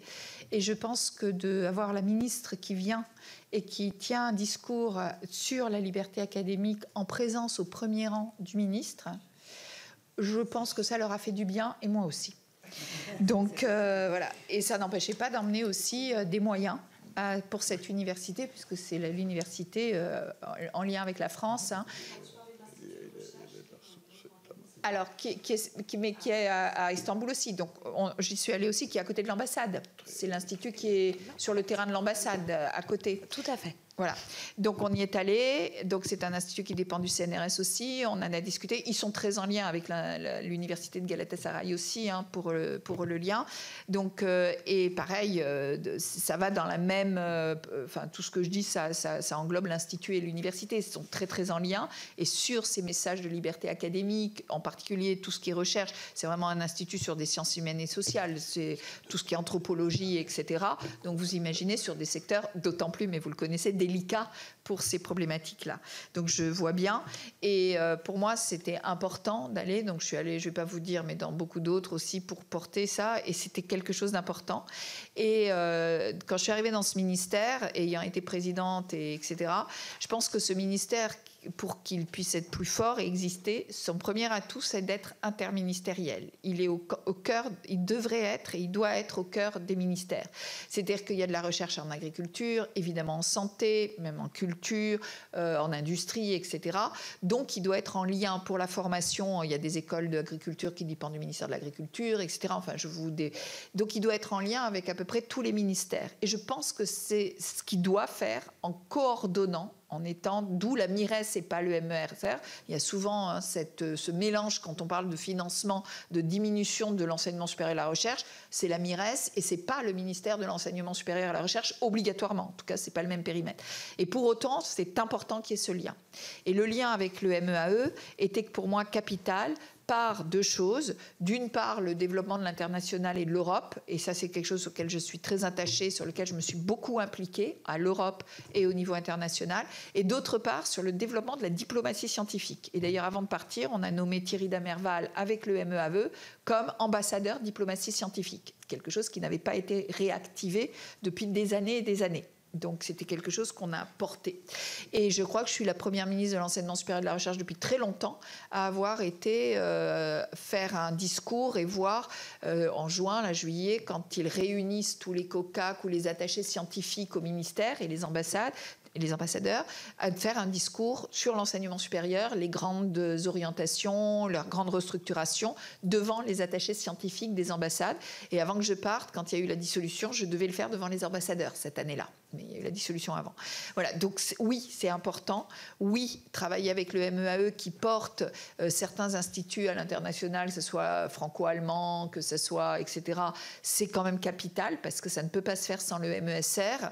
Et on a essayé de renforcer et de rendre, quand on a moins de moyens, eh ben, il faut se les coordonner, eux et nous, et donc de faire les choses de façon coordonnée. C'est ce qu'on a fait avec Sorbonne Université par rapport à leur université qui est délocalisée, c'est ce qu'on a fait, etc. Donc oui, on a fait ce travail et il en reste à faire, bien sûr, mais je pense qu'il est capital. Donc merci de donner l'occasion.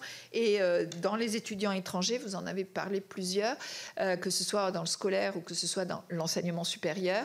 Donc je vous invite à écouter mon discours des vœux avant que je parte, de 2024, qui était le jour du retour sur la loi immigration par le Conseil. Donc ce jour-là, j'ai fait un discours des vœux.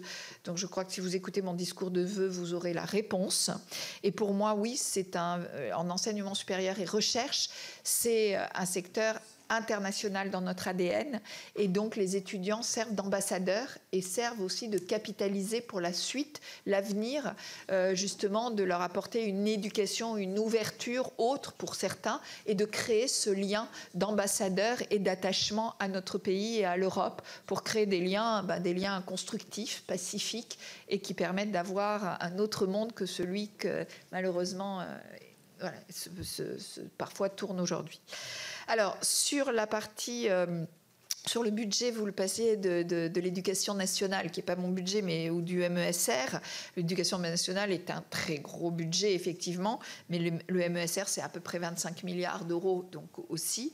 Donc, vous l'avez dit vous-même, ce budget, il est très... Alors, en tout cas, dans l'enseignement supérieur et la recherche, qui est différent dans l'éducation nationale, nous, c'est un budget qui va vers les opérateurs, que ce soit les organismes, que ce soit... Et c'est une très bonne chose. On ne peut pas parler de liberté académique et tout sans parler d'autonomie. Je ne comprends pas les gens qui sont contre l'autonomie, après qu'il faille la réguler, qu'il ne faille pas faire n'importe quoi avec l'autonomie, je ne dis pas le contraire, mais c'est quelque chose qui est très fort au niveau des performances de nos établissements et aussi de leur liberté académique essentielle à la recherche. Donc pour moi, tout ça est un tout. Donc il faut que ça aille vers et qu'ils arrivent à gérer intelligemment et de façon plus professionnelle, mais ils se sont beaucoup améliorés depuis ces 10 années, cette masse salariale. Et quand vous enlevez le budget de la masse salariale des emplois et le budget, je dirais, des dépenses incompressibles un petit peu des établissements, ben en fait, vous voyez que par rapport au budget que l'on donne aux opérateurs, on ne les donne pas comme ça, on les donne avec des contrats quinquennaux, on les donne aujourd'hui avec des contrats d'objectifs de moyens et de performance, etc. Évidemment pour faire des projets, mais finalement très contraints par rapport aux dépenses obligatoires, aux dépenses incompressibles et à la masse salariale. On peut dire qu'on peut économiser de la masse salariale, etc. À un moment, on ne pourra pas économiser de la masse salariale et augmenter le nombre d'étudiants comme on l'a fait depuis 10 ans, et avec des profils variés qui demandent effectivement un enseignement plus individualisé. Donc il faut être cohérent avec les deux. Et du coup, la marge de manœuvre sur le budget, une fois qu'on a les équipements de recherche, parce qu'il y a beaucoup d'autres choses, eh ben, elle est assez faible, aussi bien au niveau du ministère qu'au niveau des établissements. Alors après, il y a les appels, il y a quand même d'autres choses qui permettent de faire des choses, avec les appels à projets, même s'il y a des lourdeurs, on ne va pas en parler là, mais ça donne des masses d'argent quand même. Et je pense qu'effectivement, On a fait, alors sur la partie, je vous dis, j'ai augmenté les budgets du VSS, des violences sexuelles et sexistes, de façon non négligeable. On a porté beaucoup, très très fortement politiquement, par exemple, le prix Irène Joliot-Curie. Vous me posiez la question, est-ce que je pense que j'ai fait quelque chose, enfin, est-ce qu'on a pu, j'ai le sentiment d'avoir pu peser. Et c'est la même chose que comment j'ai utilisé les budgets ou comment. Il y a deux choses, peser dans les budgets, mais peser aussi politiquement. Et je pense que pour le sujet femmes et sciences et tout, c'est quelque chose de très fort, de le porter. Et de le porter de par effectivement le côté, donc j'ai travaillé sur la formation des professeurs des écoles. Si ça a pris du temps, c'est parce que l'enseignement supérieur et la recherche, et en particulier la ministre et mon cabinet s'est battu pour qu'elle reste dans les universités et avoir ce parcours pluridisciplinaire représentatif des professeurs des écoles du 21e siècle. Donc ça, c'est quelque chose qu'on a porté réellement sur l'évolution des formations des professeurs primaires et secondaires. On n'a peut-être pas fait beaucoup de bruit médiatiquement, mais on a fait beaucoup de travail de fond. C'était un peu ma méthode. Et de la même façon, les prix Irène Joliot-Curie, le Tech pour toutes, ce qu'a présenté Elisabeth Borne, ça a été travaillé dans mon ministère, ça a été confié à la fondation INRIA. Et derrière, c'est toute une planification qui a été faite sur les études, mais aussi sur l'insertion et sur l'orientation. Il y a aussi eu un gros travail avec l'industrie. J'ai participé avec Bruno Le Maire, Roland Lescure, à beaucoup de forums dans lesquels les industriels, l'entreprise, pour justement les rôles modèles, mais aussi l'incitation aux métiers scientifiques. On l'a fait à Bercy, on l'a fait à beaucoup d'endroits. Donc je crois que oui, il y a eu un portage, je dirais, politique et aussi d'orientation des moyens, de prise en compte d'indicateurs, de mise en compte, par exemple, les décrets d'application de la loi Rixin, c'est ce qu'on a fait nous. Par exemple, aider les établissements à avoir des schémas directeurs sur le plan égalité homme-femme. On en a fait 181. C'est pas rien. Donc c'est cet accompagnement qui a été quand même un levier. Et il en reste à faire, ça c'est clair. Mais oui, je crois qu'on a pu peser quand même et faire des choses concrètes, de fond, et sur lesquelles ça reprend un peu ce que je vous ai dit dans mon introduction et les propos discutés. Alors, je voulais revenir sur, vous disiez les lourdeurs familiales et tout, et je vous rejoins sur tout l'ensemble de vos commentaires. Peut-être rebondir sur Parcoursup. Mon dada aussi, un de mes. Vous dites cette machine infernale sur laquelle il y a peu de progrès à faire. Alors moi, je suis absolument pas d'accord. Et voilà, je pense que je ne sais pas par quoi on pourrait remplacer Parcoursup. J'aime bien tous ceux qui disent qu'il faut l'enlever ou quoi, mais par quoi remplacer. J'ai connu APB, je l'ai connu en tant que mère. Dans ma famille, j'ai fait 2 filles. J'ai connu APB en tant qu'enseignante. Je connais Parcoursup, j'y retourne. Et je peux vous dire qu'en tant que ministre, mon mari, qui est aussi enseignant, j'ai suivi Parcoursup de ce côté-là pour voir les améliorations, donc du côté opérationnel et du côté... Voilà. Et Parcoursup, c'est peut-être complexe parce que notre offre de formation est devenue complexe, parce qu'aujourd'hui, toute famille, tout élève en France peut avoir accès à toute l'information territoriale, ce qui n'était pas le cas avant. Avant, on se tournait sur le territoire là où on pouvait. Et surtout, suivant la famille dans laquelle vous étiez, moi je peux vous dire, mes parents, ils ne connaissaient pas. À part la fac à côté, je ne savais pas qu'il existait des écoles ou autre chose. Voilà. Aujourd'hui, Parcoursup, c'est un outil d'égalité. Et quand je vois qu'on en fait un totem politique, alors qu'on devrait continuer à se battre pour l'améliorer, parce que je ne vois pas du tout par quoi on peut le remplacer, c'est quelque chose qui me désespère. Et je pense qu'aujourd'hui, Parcoursup, oui, il faut continuer à l'améliorer, oui, il y a encore des choses, mais on y a travaillé. Vous avez des équipes incroyables derrière, en tête de Jérôme Teilhard, à qui je rends hommage, qui travaillent sur Parcoursup depuis des années. Les améliorations de Parcoursup au niveau de la transparence, au niveau des informations, au niveau de l'ergonomie, l'individualisation est faite. Je ne dis pas qu'il n'y a pas encore des améliorations à faire, mais ça a été une amélioration le jour et la nuit entre 2018 et 2022 ou 2024. C'est-à-dire qu'aujourd'hui, on trouve les informations, on a des fiches sur chaque formation explique les critères de sélection, il y a des rapports, il y a un comité d'éthique, voilà. Et c'est une mine de données. Et de cette mine de données, on en a fait un outil d'orientation. Et à partir de Parcoursup, on a fait quelque chose qui s'appelle mon projet SUP, qui est accessible depuis la seconde. Puis aujourd'hui, Parcoursup est accessible depuis la seconde et première, parce que comme c'est lourd et compliqué pour prendre en main l'outil, etc. Et on en a sorti des données, évidemment anonymes, pour en faire un outil d'orientation. Et à partir des données de l'intelligence artificielle, aujourd'hui, dans mon projet SUP qui a été testé quand j'étais ministre dans la région de Bordeaux, dans plusieurs lycées, eh bien, les étudiants peuvent dire moi j'aimerais faire tel métier, voilà mes notes actuellement. Donc il a les informations sur les métiers, il a les informations sur la poursuite d'études, et surtout on lui dit tu veux faire prof de maths, tu as 8 en maths, tu vois, alors je caricature, hein, mais là ça va être un peu difficile. Les derniers qui ont été pris dans les filières de maths, ils ont fait tant de moyenne.